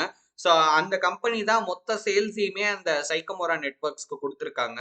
இன்வெஸ்டர்ஸும் இந்த கம்பெனி வந்து பயங்கரமா ஓவர் பிரைஸ் பண்ணிருந்தாங்க. கிட்டத்தட்ட இந்த பிசினஸோட வேல்யூவேஷன் வந்து $15 பில்லியன் அளவுக்கு பாத்தீங்கன்னா போச்சு. பட் ஆனா வில்லியம்ஸ் கம்யூனிகேஷன் வந்து 2 வருஷத்துக்கு அப்புறம் திவால் ஆனதுக்கு அப்புறமா சைக்கமோராவோட ஸ்டாக் பிரைஸ் அப்படிங்கிறது கிட்டத்தட்ட 97% வந்து 2000ல இருந்து 2002க்குள்ள மட்டுமே ஃபால் ஆகிருச்சு. என்னதான் இவங்க புது கஸ்டமர்ஸை கண்டுபிடிச்சாலும் கூட அந்த ஃபால் அப்படிங்கிறது தொடர்ந்து நடந்துகிட்டே தான் இருந்துச்சு. சோ ஒரு கம்பெனில நம்ம இன்வெஸ்ட் பண்ண போறோம் அப்படின்னா அந்த கம்பெனிக்கு எப்படி வருமானம் வருது, எந்த அளவுக்கு ஸ்டேபிளா க்ரோ பண்றாங்க, அவங்களோட ஃபைனான்ஸை எப்படி மேனேஜ் பண்றாங்க அப்படிங்கறது எல்லாத்தையுமே நம்ம தரோவா செக் பண்ணணும். ஏன்னா ஒரு கம்பெனியோட ஃபியூச்சர் வேல்யூ அப்படிங்கிறது அந்த கம்பெனி எந்த அளவுக்கு க்ரோ ஆகுறாங்க, எந்த அளவுக்கு மார்க்கெட்ல சர்வைவ் ஆகுறாங்க அப்படிங்கறத பொறுத்து தான் இருக்கு. அதை விட்டுட்டு இன்னைக்கு மார்க்கெட்ல இருக்கிற ஆப்டிமிசம் பொறுத்து கிடையாது. கெட்ட விஷயங்களை பாக்குற அதே நேரத்துல அந்த கம்பெனில சில நல்ல விஷயங்களும் இருக்கும், அதையும் சேர்த்து நம்ம செக் பண்ணணும். ஃபர்ஸ்ட் அந்த கம்பெனில ஸ்ட்ராங்கான காம்படிட்டிவ் அட்வான்டேஜஸ் இருக்கா அப்படிங்கறத பார்க்கணும் அப்படின்னு சொல்றாரு. இததான் மோட் அப்படின்னு சொல்றாரு. அதாவது இப்ப அந்த காலத்துல எல்லாம் ராஜாங்களோட கோட்டையை சுத்தி பாத்தீங்கன்னா தண்ணி இருக்கும், ஒரு பெரிய பள்ளம் மாதிரி இருக்கும், அந்த பள்ளத்துல தண்ணி இருக்கும் இல்லைங்களா, அததான் மோட் அப்படின்னு சொல்லுவாங்க. அதாவது இது எதுக்காக அப்படின்னா ஒரு தற்காப்புக்காக, சோ அவங்களோட எதிர்கிட்ட இருந்து பாதுகாக்கணும் அப்படிங்கிறதுக்காக. சோ அந்த மாதிரி ஒரு விஷயம் அந்த கம்பெனில இருக்கா, அதாவது அந்த கம்பெனி சுத்தி பலாம் அப்படி கிடையாது. சோ அவங்களோட பிசினஸ்ல அவங்களுக்கு காம்படிட்டர்ஸ் அப்படின்னு கண்டிப்பா இருப்பாங்க. சோ அவங்க கிட்ட இருந்து வந்து ப்ரொடெக்டடா இருக்கிறதுக்கு அவங்க எந்த அளவுக்கு இருக்காங்க அப்படிங்கறத நம்ம செக் பண்ணணும். சோ இது எதுல இருந்து வரும் அப்படின்னு கேட்டீங்கன்னா, இப்போ ஸ்ட்ராங்கான பிராண்ட் ஐடென்டிட்டி. உதாரணத்துக்கு இப்போ ஹார்லி டேவிட்சன் அப்படிங்கிற மாதிரியான கம்பெனிஸ்க்கெல்லாம் ரொம்ப லாயலான கஸ்டமர்ஸ் இருப்பாங்க. இன்னைக்குமே வந்து அது ஒரு சூப்பரான ஒரு பிராண்ட். அவங்க பிராண்ட வந்து அந்த லோகோவெல்லாம் வந்து உடம்புல டாட்டோவா குத்துற அளவுக்கு வந்து பாத்தீங்கன்னா கஸ்டமர்ஸ் இருக்காங்க. அடுத்தது மோனோபோலி. இப்போ ஒரு குறிப்பிட்ட செக்டார்ல ஒரு கம்பெனி தான் வந்து டாமினேட் பண்றாங்க அப்படின்னா அதுல காம்படிஷன் வந்து அவங்களுக்கு ஃபர்ஸ்ட் ஆஃப் ஆல் ரொம்ப ரொம்ப கம்மி தான். நெக்ஸ்ட் வந்து எக்கனாமிக்ஸ் ஆஃப் ஸ்கேல். இப்போ ஜில்லட் மாதிரியான கம்பெனிஸ் எடுத்துக்கிட்டீங்க அப்படின்னா பில்லியன் கணக்குல வெறும் ரேசர் பிளேட மட்டுமே வித்து பாத்தீங்கன்னா ஸ்டெடியா அவங்க வந்து ஏர்ன் பண்ணிட்டு இருக்காங்க. இத்தனைக்கும் அவங்களோட ப்ராடக்ட் வந்து ரொம்ப ரொம்ப லோ பிரைஸ்ல தான் அவங்க செல் பண்றாங்க. பட் ஸ்டில் வந்து ஒரு சக்சஸ்ஃபுல் கம்பெனியா வந்து அவங்க ரன் பண்ணிட்டு இருக்காங்க. Next unique intangible assets. இதுக்கு ஒரு பெஸ்ட் எக்ஸாம்பிள் அப்படின்னா நம்ம கொக்கோ கோலாவை சொல்லலாம்.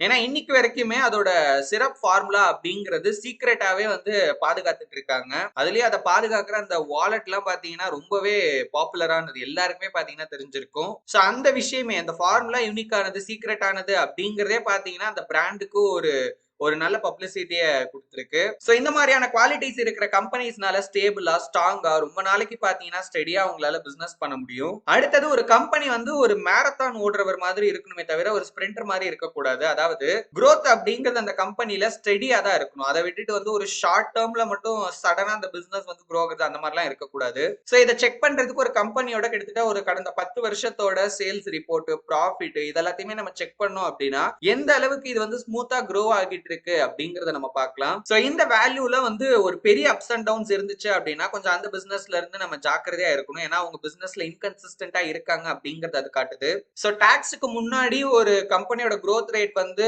லாங் டேர்ம்ல ஒரு 10% இருக்கு அப்படின்னா ஈஸியா அந்த growth அவங்களால சஸ்டெயின் பண்ண முடியும். இதே வந்து 15% அதுக்கும் அதிகமாலாம் அவங்க எக்ஸ்பெக்ட் பண்ணாங்க அப்படின்னா கண்டிப்பா அது எல்லாமே ஒரு பாயிண்ட்க்கு அப்புறம் காணாம போயிடும். Number 3, invest in it's future. எப்பவுமே ஒரு கம்பெனி இன்னைக்கான பிசினஸ் ஆபரேஷன்ல மட்டுமே கான்சென்ட்ரேட் பண்ணக்கூடாது, ஃபியூச்சரையும் பாத்தீங்கன்னா கான்சென்ட்ரேட் பண்ணணும். புது ப்ராடக்ட்ஸ் எக்ஸ்ப்ளோர் பண்ணணும், புதுசா எந்த விஷயத்தை இம்ப்ளிமெண்ட் பண்ணலாம், நெக்ஸ்ட் எப்படி க்ரோ பண்ணலாம், இன்னும் என்னென்ன விஷயங்களை இன்ட்ரடியூஸ் பண்ணலாம், இது மாதிரியான விஷயங்களையுமே அவங்க வந்து ஃபோக்கஸ் பண்ணணும். சோ அத பண்றாங்களா, எந்த அளவுக்கு பண்றாங்க அப்படிங்கறத தெரிஞ்சுக்கிறதுக்கு அந்த கம்பெனியோட ரிசர்ச் அண்ட் டெவலப்மெண்ட்ல அவங்க எவ்வளவு இன்வெஸ்ட் பண்றாங்க, இல்ல எவ்வளவு வந்து அதுக்கு அலோகேட் பண்றாங்க அப்படிங்கறத வச்சு நம்மளால ஈஸியா சொல்ல முடியும். உதாரணத்துக்கு 2002ல 3M அப்படிங்கிற கம்பெனி அவங்களோட மொத்த சேல்ஸ்ல 6.5% ரிசர்ச் அண்ட் டெவலப்மெண்ட்டுக்கு அவங்க வந்து ஸ்பெண்ட் பண்ணியிருக்காங்க. ஜான்சன் அண்ட் ஜான்சன் கிட்டத்தட்ட 10.9% அவங்களோட ரிசர்ச் அண்ட் டெவலப்மெண்ட்டுக்கு ஸ்பெண்ட் பண்ணியிருக்காங்க.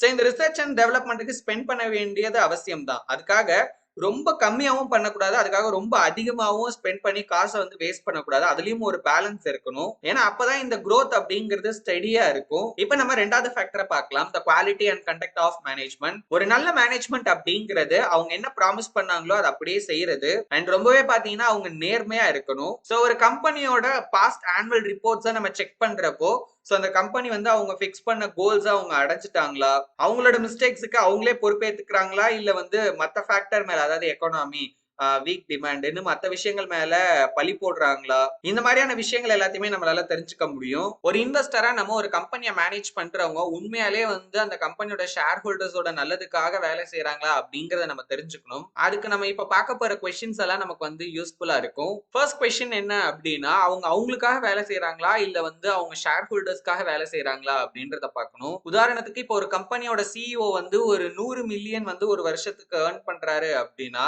அதுக்கு என்ன காரணம் அப்படிங்கறத நம்ம தெரிஞ்சுக்கணும். அந்த காரணம் வேலிடா இருந்துச்சு அப்படின்னா ஓகே அப்படின்னு சொல்லலாம். ஏன்னா வந்து இவ்வளவு வாங்கினா ஓகே, அவ்வளவு வாங்கினா ஓகே அப்படின்னு அமௌண்ட்ல நம்ம சொல்லிட முடியாது. அவங்க வாங்குற அமௌண்ட்டுக்கு அவங்க பண்ற வேலை ஓகேவா இல்லையா அப்படிங்கறத நம்ம பார்க்கணும். எந்த ஒரு வேலிடான ரீசனும் இல்ல அப்படின்னா அவங்க அவங்களோட பெனிஃபிட்டுக்காக தான் பாத்தீங்கன்னா கம்பெனி ரன் பண்றாங்க. ரெண்டாவது அவங்க மேனேஜரா இல்ல ப்ரொமோட்டரா அப்படின்றத பார்க்கணும். ஏன்னா எக்ஸிகியூட்டிவ்ஸோட வேலையே பிசினஸ் ரன் பண்றதானே தவிர ஸ்டாக்ஸை ப்ரொமோட் பண்றது கிடையாது. சோ கிரகமை பொறுத்த வரைக்கும் இப்போ ஒரு மேனேஜ்மெண்டோட ஒர்க் என்ன அப்படின்னா ஒரு ஸ்டாக் பிரைஸ ஒரு ஃபேரான வேல்யூல அவங்க வந்து பாத்தீங்கன்னா மெயின்டைன் பண்ணணும். அதை ரொம்ப அதிகமாகவும் விடக்கூடாது, ரொம்பவே கம்மியாகவும் பாத்தீங்கன்னா விடக்கூடாது. சில கம்பெனிஸ்லாம் இதுல ரொம்பவே பாத்தீங்கன்னா ஜாக்கிரதையா இருப்பாங்க. என்னதான் மார்க்கெட்ல மோஸ்ட் ஆஃப் த பீப்புள் வந்து short term performance, short term results இதை நோக்கி போனாலும் இவங்களோட மெயின் ஃபோக்கஸ் எல்லாமே லாங் டேர்ம்ல தான் இருக்கும். மூணாவது ஒரு கம்பெனி அக்கௌண்ட்ஸ்ல நேர்மையாவும் தெளிவாகவும் இருக்காங்களா அப்படிங்கறத தெரிஞ்சுக்கணும். ஏன்னா அவங்களோட அக்கௌண்ட்ஸ் அப்படிங்கிறது டிரான்ஸ்பரண்டா இருக்கணுமே தவிர கன்ஃபியூஸ் ஆகுற மாதிரி இருக்கக்கூடாது. சோ அதை நம்ம பாக்குறப்ப அதுல குறிப்பா நோட் பண்ண வேண்டிய சில ரெட் பிளாக்ஸ் என்னென்ன அப்படிங்கறத ஒன் பை ஒன்னா பார்க்கலாம். இந்த ரெட் பிளாக் அப்படிங்கிறது ஒரு வார்னிங் சைன் மாதிரி. ஃபர்ஸ்ட், திரும்ப திரும்ப நடக்கிற நான் ரெக்கரிங் எக்ஸ்பென்சஸ், எக்ஸ்ட்ராடினரியா நடக்கிற லாசஸ் அண்ட் ஃபைனலி அவங்களோட ஆக்சுவல் லாஸை மறைக்கிறதுக்காக அவங்க ப்ரோஃபார்மா ஏர்னிங்ஸை காட்டுறாங்களா அப்படிங்கறத பார்க்கணும். சோ இதெல்லாம் யூஸ் பண்றாங்க அப்படின்னாலே அவங்களோட போரான ரிசல்ட்ஸை மறைக்கிறதுக்காக தான் அதை பண்றாங்க அப்படிங்கறத நம்ம புரிஞ்சுக்கணும். அண்ட் இந்த இடத்துல அவங்க அவங்களோட ஷேர் ஹோல்டர்ஸ்க்கு ஏத்த மாதிரியும் நடந்துக்கல. மூணாவது factor financial strength and capital structure. ஒரு நல்ல பிசினஸ் அப்படிங்கிறதுக்கான சிம்பிளான டெஃபினிஷன் என்ன அப்படின்னு கேட்டீங்கன்னா அவங்க செலவு பண்றதை விட அதிகமான காசு அவங்க வந்து ப்ரொடியூஸ் பண்ணணும். அதாவது அவங்களோட ரெவென்யூ அப்படிங்கறது அவங்களோட எக்ஸ்பென்ஸை விட ஜாஸ்தியா இருக்கணும். அண்ட் ஒரு ஸ்மார்ட் மேனேஜர் அந்த எக்ஸ்ட்ரா கேஷை அவங்களோட கம்பெனியோட growthக்காக பாத்தீங்கன்னா தொடர்ந்து இன்வெஸ்ட் பண்ணிட்டே வருவாங்க. And over a period of time இதன் மூலமா அந்த கம்பெனியோட வேல்யூ அப்படிங்கிறது இன்க்ரீஸ் ஆகும். இதுக்கு இடையில அந்த ஸ்டாக்கோட short term ups and downs பத்தி நம்ம கவலையே பட தேவையில்ல. சோ ஃபர்ஸ்ட் அதுக்கு நம்ம வந்து அந்த கம்பெனியோட கேஷ் ஃப்ளோ ஸ்டேட்மெண்ட்டை செக் பண்ணணும். சோ அவங்களோட growth அப்படிங்கிறது கடந்த 10 வருஷத்துல எந்த அளவுக்கு இருக்கு அப்படிங்கறத நம்ம பார்க்கணும். இந்த இடத்துல தான் நம்ம வந்து ஓனர்ஸ் ஏர்னிங் அப்படிங்கிற ஒரு விஷயத்தை கால்குலேட் பண்ணணும். சோ இதன் மூலமா ஒரு கம்பெனி உண்மையிலே எவ்வளவு ப்ராஃபிட் பண்றாங்க அப்படிங்கறத ரொம்ப தெளிவா நம்மளால வந்து பார்க்க முடியும். சோ இத கால்குலேட் பண்றதுக்கு நெட் இன்கம், டிப்ரிசியேஷன், அமர்டைசேஷன் இது மூணுத்தையும் ஆட் பண்ணிட்டு அதுல இருந்து நார்மல் கேபிட்டல் எக்ஸ்பெண்டிச்சரை நம்ம வந்து மைனஸ் பண்ணோம் அப்படின்னா இந்த ஓனர்ஸ் ஏர்னிங் அப்படிங்கிறது எவ்வளவுன்னு நமக்கு தெரிஞ்சிடும். சோ இதை ரொம்ப சிம்பிளா சொல்லணும் அப்படின்னா அந்த வருஷ கடைசியில அந்த பிசினஸ் கையில எவ்வளவு காசு இருக்கு அப்படிங்கிறது. இன்னும் இந்த வேல்யூ வந்து அக்யூரேட்டா நம்ம வந்து கண்டுபிடிக்கணும் அப்படின்னா ஸ்டாக் ஆப்ஷனோட காஸ்ட், அன்யூஷுவல், நான் ரெக்கரிங், எக்ஸ்ட்ராடினரி சார்ஜஸ், பென்ஷன் ஃபண்ட்ல இருந்து வந்த இன்கம் இது எல்லாத்தையுமே பாத்தீங்கன்னா அந்த வேல்யூல இருந்து நம்ம வந்து மைனஸ் பண்ணிடலாம். சோ ஃபைனலா இந்த வேல்யூவை கால்குலேட் பண்ணி முடிச்சதுக்கு அப்புறம் கடந்த 10 வருஷத்துல ஒவ்வொரு வருஷமும் ஒரு 6ல இருந்து 7% அளவுக்கு ஸ்டடியா வந்து இந்த வேல்யூ க்ரோ ஆகுது அப்படின்னா அந்த கம்பெனி வந்து ஸ்டேபிளா வந்து ரன் ஆகிட்டு இருக்கு அப்படின்னு அர்த்தம். அண்ட் வந்து லாங் டேர்ம்ல ஒரு நல்ல பொட்டன்ஷியலும் அந்த கம்பெனில இருக்கு அப்படின்னு அர்த்தம். அடுத்தது அந்த கம்பெனியோட கேபிட்டல் ஸ்ட்ரக்சர், அதாவது டெப்ட் சிச்சுவேஷன் எப்படி இருக்கு அப்படிங்கறத நம்ம பார்க்கணும். இதை வந்து அந்த கம்பெனியோட பேலன்ஸ் ஷீட்ல நம்மளால தெரிஞ்சுக்க முடியும். அவங்களோட டோட்டல் கேபிட்டலோட 50%க்கும் கம்மியா தான் அவங்களோட லாங் டேர்ம் டெப்ட்ஸ் அப்படிங்கிறது இருக்கணும். ரெண்டாவது இப்ப அதுக்கு அவங்க பே பண்ற இன்ட்ரெஸ்ட் வந்து பிக்ஸ்டு ரேட்டா இல்ல வேரியபிள் ரேட்டா அப்படிங்கறத பார்க்கணும். பிக்ஸ்டு ரேட்டா இருந்தா மோஸ்ட்லி ப்ராப்ளம் இல்ல. இதே வேரியபிள் ரேட் அப்படின்னா இன்ட்ரெஸ்ட் ரேட் இன்க்ரீஸ் ஆச்சு அப்படின்னா அது ஒரு பெரிய ரிஸ்க் ஆகிரும். நாலாவது ஃபேக்டர் ஒரு கம்பெனியோட dividend and stock policy. Dividend அப்படிங்கிறது ரொம்ப ரொம்ப இம்பார்ட்டன்டான ஒரு விஷயம். சில கம்பெனிஸ் எல்லாம் டிவிடெண்ட் பே பண்ணாமலே அவங்களோட ஷேர் ஹோல்டர்ஸோட நலனுக்காக சில விஷயங்களை பண்ணுவாங்க. உதாரணத்துக்கு இப்போ வந்து டிவிடெண்ட் கொடுத்தாதான் அது ஒரு நல்ல கம்பெனி நல்லா ப்ராஃபிட் பண்றாங்க அப்படின்லாம் அர்த்தம் கிடையாது. அதுக்கு பதிலா அந்த மணியை அவங்களோட பிசினஸ்லயே இன்வெஸ்ட் பண்ணி அந்த ஸ்டாக்கோட வேல்யூ இன்க்ரீஸ் பண்றாங்க அப்படின்னாலும் அந்த இடத்துல அது நமக்கு வந்து பெனிஃபிட்டா தான் ஆகும். ஈவன் வந்து நம்மளுக்கு டிவிடெண்ட் மூலமா வர ஏர்னிங்ஸை விட அந்த ஸ்டாக்கோட வேல்யூ இன்க்ரீஸ் ஆகிறப்போ இன்னும் ஜாஸ்தியான ப்ராஃபிட் கூட வரதுக்கான வாய்ப்பு இருக்கு. சோ அந்த ரீசனுக்காக அவங்க வந்து டிவிடெண்ட்டை பே பண்ணாம இருக்காங்க அப்படின்னா அதெல்லாம் ஓகே தான். பட் ஆனா இப்போ வந்து ஒரு பிசினஸ் வந்து ரொம்ப கம்மியா தான் ப்ராஃபிட் பண்றாங்க, இல்ல வந்து அந்த ஸ்டாக் வந்து அண்டர் பெர்ஃபார்ம் பண்ணுது அப்படிங்கிற காரணத்தினால டிவிடெண்ட் பே பண்ணாம இருக்காங்க அப்படின்னா அந்த மேனேஜ்மெண்ட் அவங்க காசை எங்கேயோ மிஸ்யூஸ் பண்றாங்க அப்படின்னு அர்த்தம். அதாவது அந்த பிசினஸ் வந்து வீக்கா இருக்கு அப்படிங்கறத இது காட்டுது. அடுத்தது ஸ்டாக் ஸ்பிளிட். ஸ்டாக் ஸ்பிளிட் எல்லாம் கேட்கிறப்ப வந்து ரொம்பவே அட்ராக்டிவா இருக்கும். இப்போ 2 for 1 அப்படின்னு கொடுக்குறாங்க அப்படின்னா நம்ம கிட்ட ஒரு ஷேர் இருந்ததுன்னா அதுக்கு பதிலாக 2 ஷேர் அந்த இடத்துல நமக்கு இருக்கும். இது கேட்கும் போதே ஆஹா அப்ப டக்குன்னு நம்மளோட இன்வெஸ்ட்மெண்ட் டபுள் ஆகிருமான்னு கேட்டீங்கன்னா அதெல்லாம் கிடையாது. உதாரணத்துக்கு $100 என்கிட்ட ஒரு ஷேர் இருக்கு அப்படின்னா இந்த ஸ்டாக் ஸ்பிளிட்டுக்கு அப்புறம் ஒரு ஷேரோட வேல்யூ அப்படிங்கிறது $50 ஆகிடும். இப்ப என்கிட்ட 2 ஸ்டாக் இருந்தாலும் என்னோட டோட்டல் இன்வெஸ்ட்மெண்ட் வேல்யூ வந்து அதே $100 தான் இருக்கும். பட் ஆனா இது வந்து டக்குன்னு நம்ம வந்து பணக்காரங்கள் ஆகிற மாதிரியான ஒரு ஃபீலை வந்து பாத்தீங்கன்னா கொடுக்கும். ஸோ மெயினா இதை பண்றதுக்கான ரீசன் என்ன அப்படின்னா இப்போ ஒரு ஸ்டாக்கோட வேல்யூ வந்து ரொம்ப ஹையரா போயிட்டே இருக்கு, அதாவது ஒரு சிங்கிள் ஸ்டாக்கோட வேல்யூ வந்து ரொம்ப ஜாஸ்தியா இருக்கு அப்படின்னா அந்த பிரைஸை குறைக்கிறதுக்காகவோ இல்ல வேற சில காரணங்களுக்காகவோ பாத்தீங்கன்னா இந்த மாதிரியான விஷயங்கள் எல்லாம் பண்ணுவாங்க. ஸோ ஸ்டாக் ஸ்பிளிட்ல ஒரு ஸ்டாக்கை வந்து டிவைட் பண்ணுவாங்க, அதோட ஃபேஸ் வேல்யூ அப்படிங்கிறது சேஞ்ச் ஆகும். ஸோ போனஸ் கொடுக்குறப்ப இந்த ஃபேஸ் வேல்யூ சேஞ்ச் ஆகாது. இப்போ ஒரு ஷேருக்கு 2 ஷேர் அப்படிங்கிறதுல அங்கேயும் அந்த வேல்யூ சேஞ்ச் ஆகும். பட் இருந்தாலும் ஃபேஸ் வேல்யூ பாத்தீங்கன்னா அதுல மாறாது. அடுத்தது ஷேர் பைபேக். ஒரு கம்பெனி அண்டர் வேல்யூடா இருக்கிறப்ப அவங்களோட ஸ்டாக்ஸை ரீபர்ச்சேஸ் பண்ணிக்கிறாங்க அப்படின்னா எந்த ப்ராப்ளமும் இல்ல. இதே அந்த ஸ்டாக் வந்து ஒரு ஹையர் பிரைஸ்ல ட்ரேட் ஆகுறப்போ அவங்க வந்து பைபேக் பண்றாங்க அப்படின்னா அது அவங்களுக்கு தான் காசு வேஸ்ட். வெளியே இருந்து பாக்குற நமக்கு அவங்க இப்படி பண்றதுனால அதனால பெருசா எந்த பிரயோஜனமும் இல்லாத மாதிரி தெரிஞ்சாலும் அவங்களோட நல்லதுக்காக அவங்க அதை பண்றதுக்கும் நிறைய வாய்ப்பு இருக்கு. சோ ஒரு பெஸ்ட் கம்பெனி எப்பவுமே அவங்களோட ப்ராமிஸ் மூலியமா இல்லாம அவங்களோட ரிசல்ட் மூலியமா அவங்களோட வர்த் என்ன அப்படிங்கறத ப்ரூவ் பண்ணுவாங்க. நீங்க ட்ரேடிங் ஆர் இன்வெஸ்ட்மெண்ட் பண்றதுல இன்ட்ரெஸ்டடா இருக்கீங்க, பட் எங்க இருந்து ஸ்டார்ட் பண்ணணும் அப்படிங்கிறது தெரியல அப்படின்னாலும் சரி, இல்ல எப்படி பண்ணணும் அப்படிங்கிறது தெரியல அப்படின்னாலும் சரி, கவலையே படாதீங்க. கீழே டிஸ்கிரிப்ஷன்ல கொடுத்திருக்க கூகுள் ஃபார்மை ஃபில் பண்ணுங்க, நாங்க உங்களுக்கு சப்போர்ட் பண்றோம். நம்மளோட அடுத்த வீடியோல சாப்டர் 12 பத்தி பார்க்கலாம். சோ அந்த வீடியோ மிஸ் பண்ணாம பார்க்க மறக்காம சேனலை சப்ஸ்கிரைப் பண்ணி பக்கத்துல இருக்க பெல் ஐகானையும் பிரஸ் பண்ணி வச்சுக்கோங்க. அப்பதான் நாங்க வீடியோஸ் அப்லோட் பண்ண உடனே உங்களுக்கு நோட்டிபிகேஷன் வரும். இந்த வீடியோல நாங்க சொன்ன விஷயங்களா உங்களுக்கு யூஸ்ஃபுல்லா இருந்துச்சுன்னு தோணுச்சு அப்படின்னா வீடியோ மறக்காம லைக் பண்ணுங்க. இன்வெஸ்ட்மெண்ட்ல இன்ட்ரெஸ்ட் இருக்க உங்க ஃப்ரெண்ட்ஸ் அண்ட் ஃபேமிலி மெம்பர்ஸ்க்கு மறக்காம இந்த வீடியோவை ஷேர் பண்ணுங்க. தேங்க்யூ ஃபார் வாட்சிங். இன்னும் நமக்கு நிறைய விஷயங்கள் இருக்கு. சோ அடுத்த வீடியோல பார்க்கலாம். Until then, stay tuned.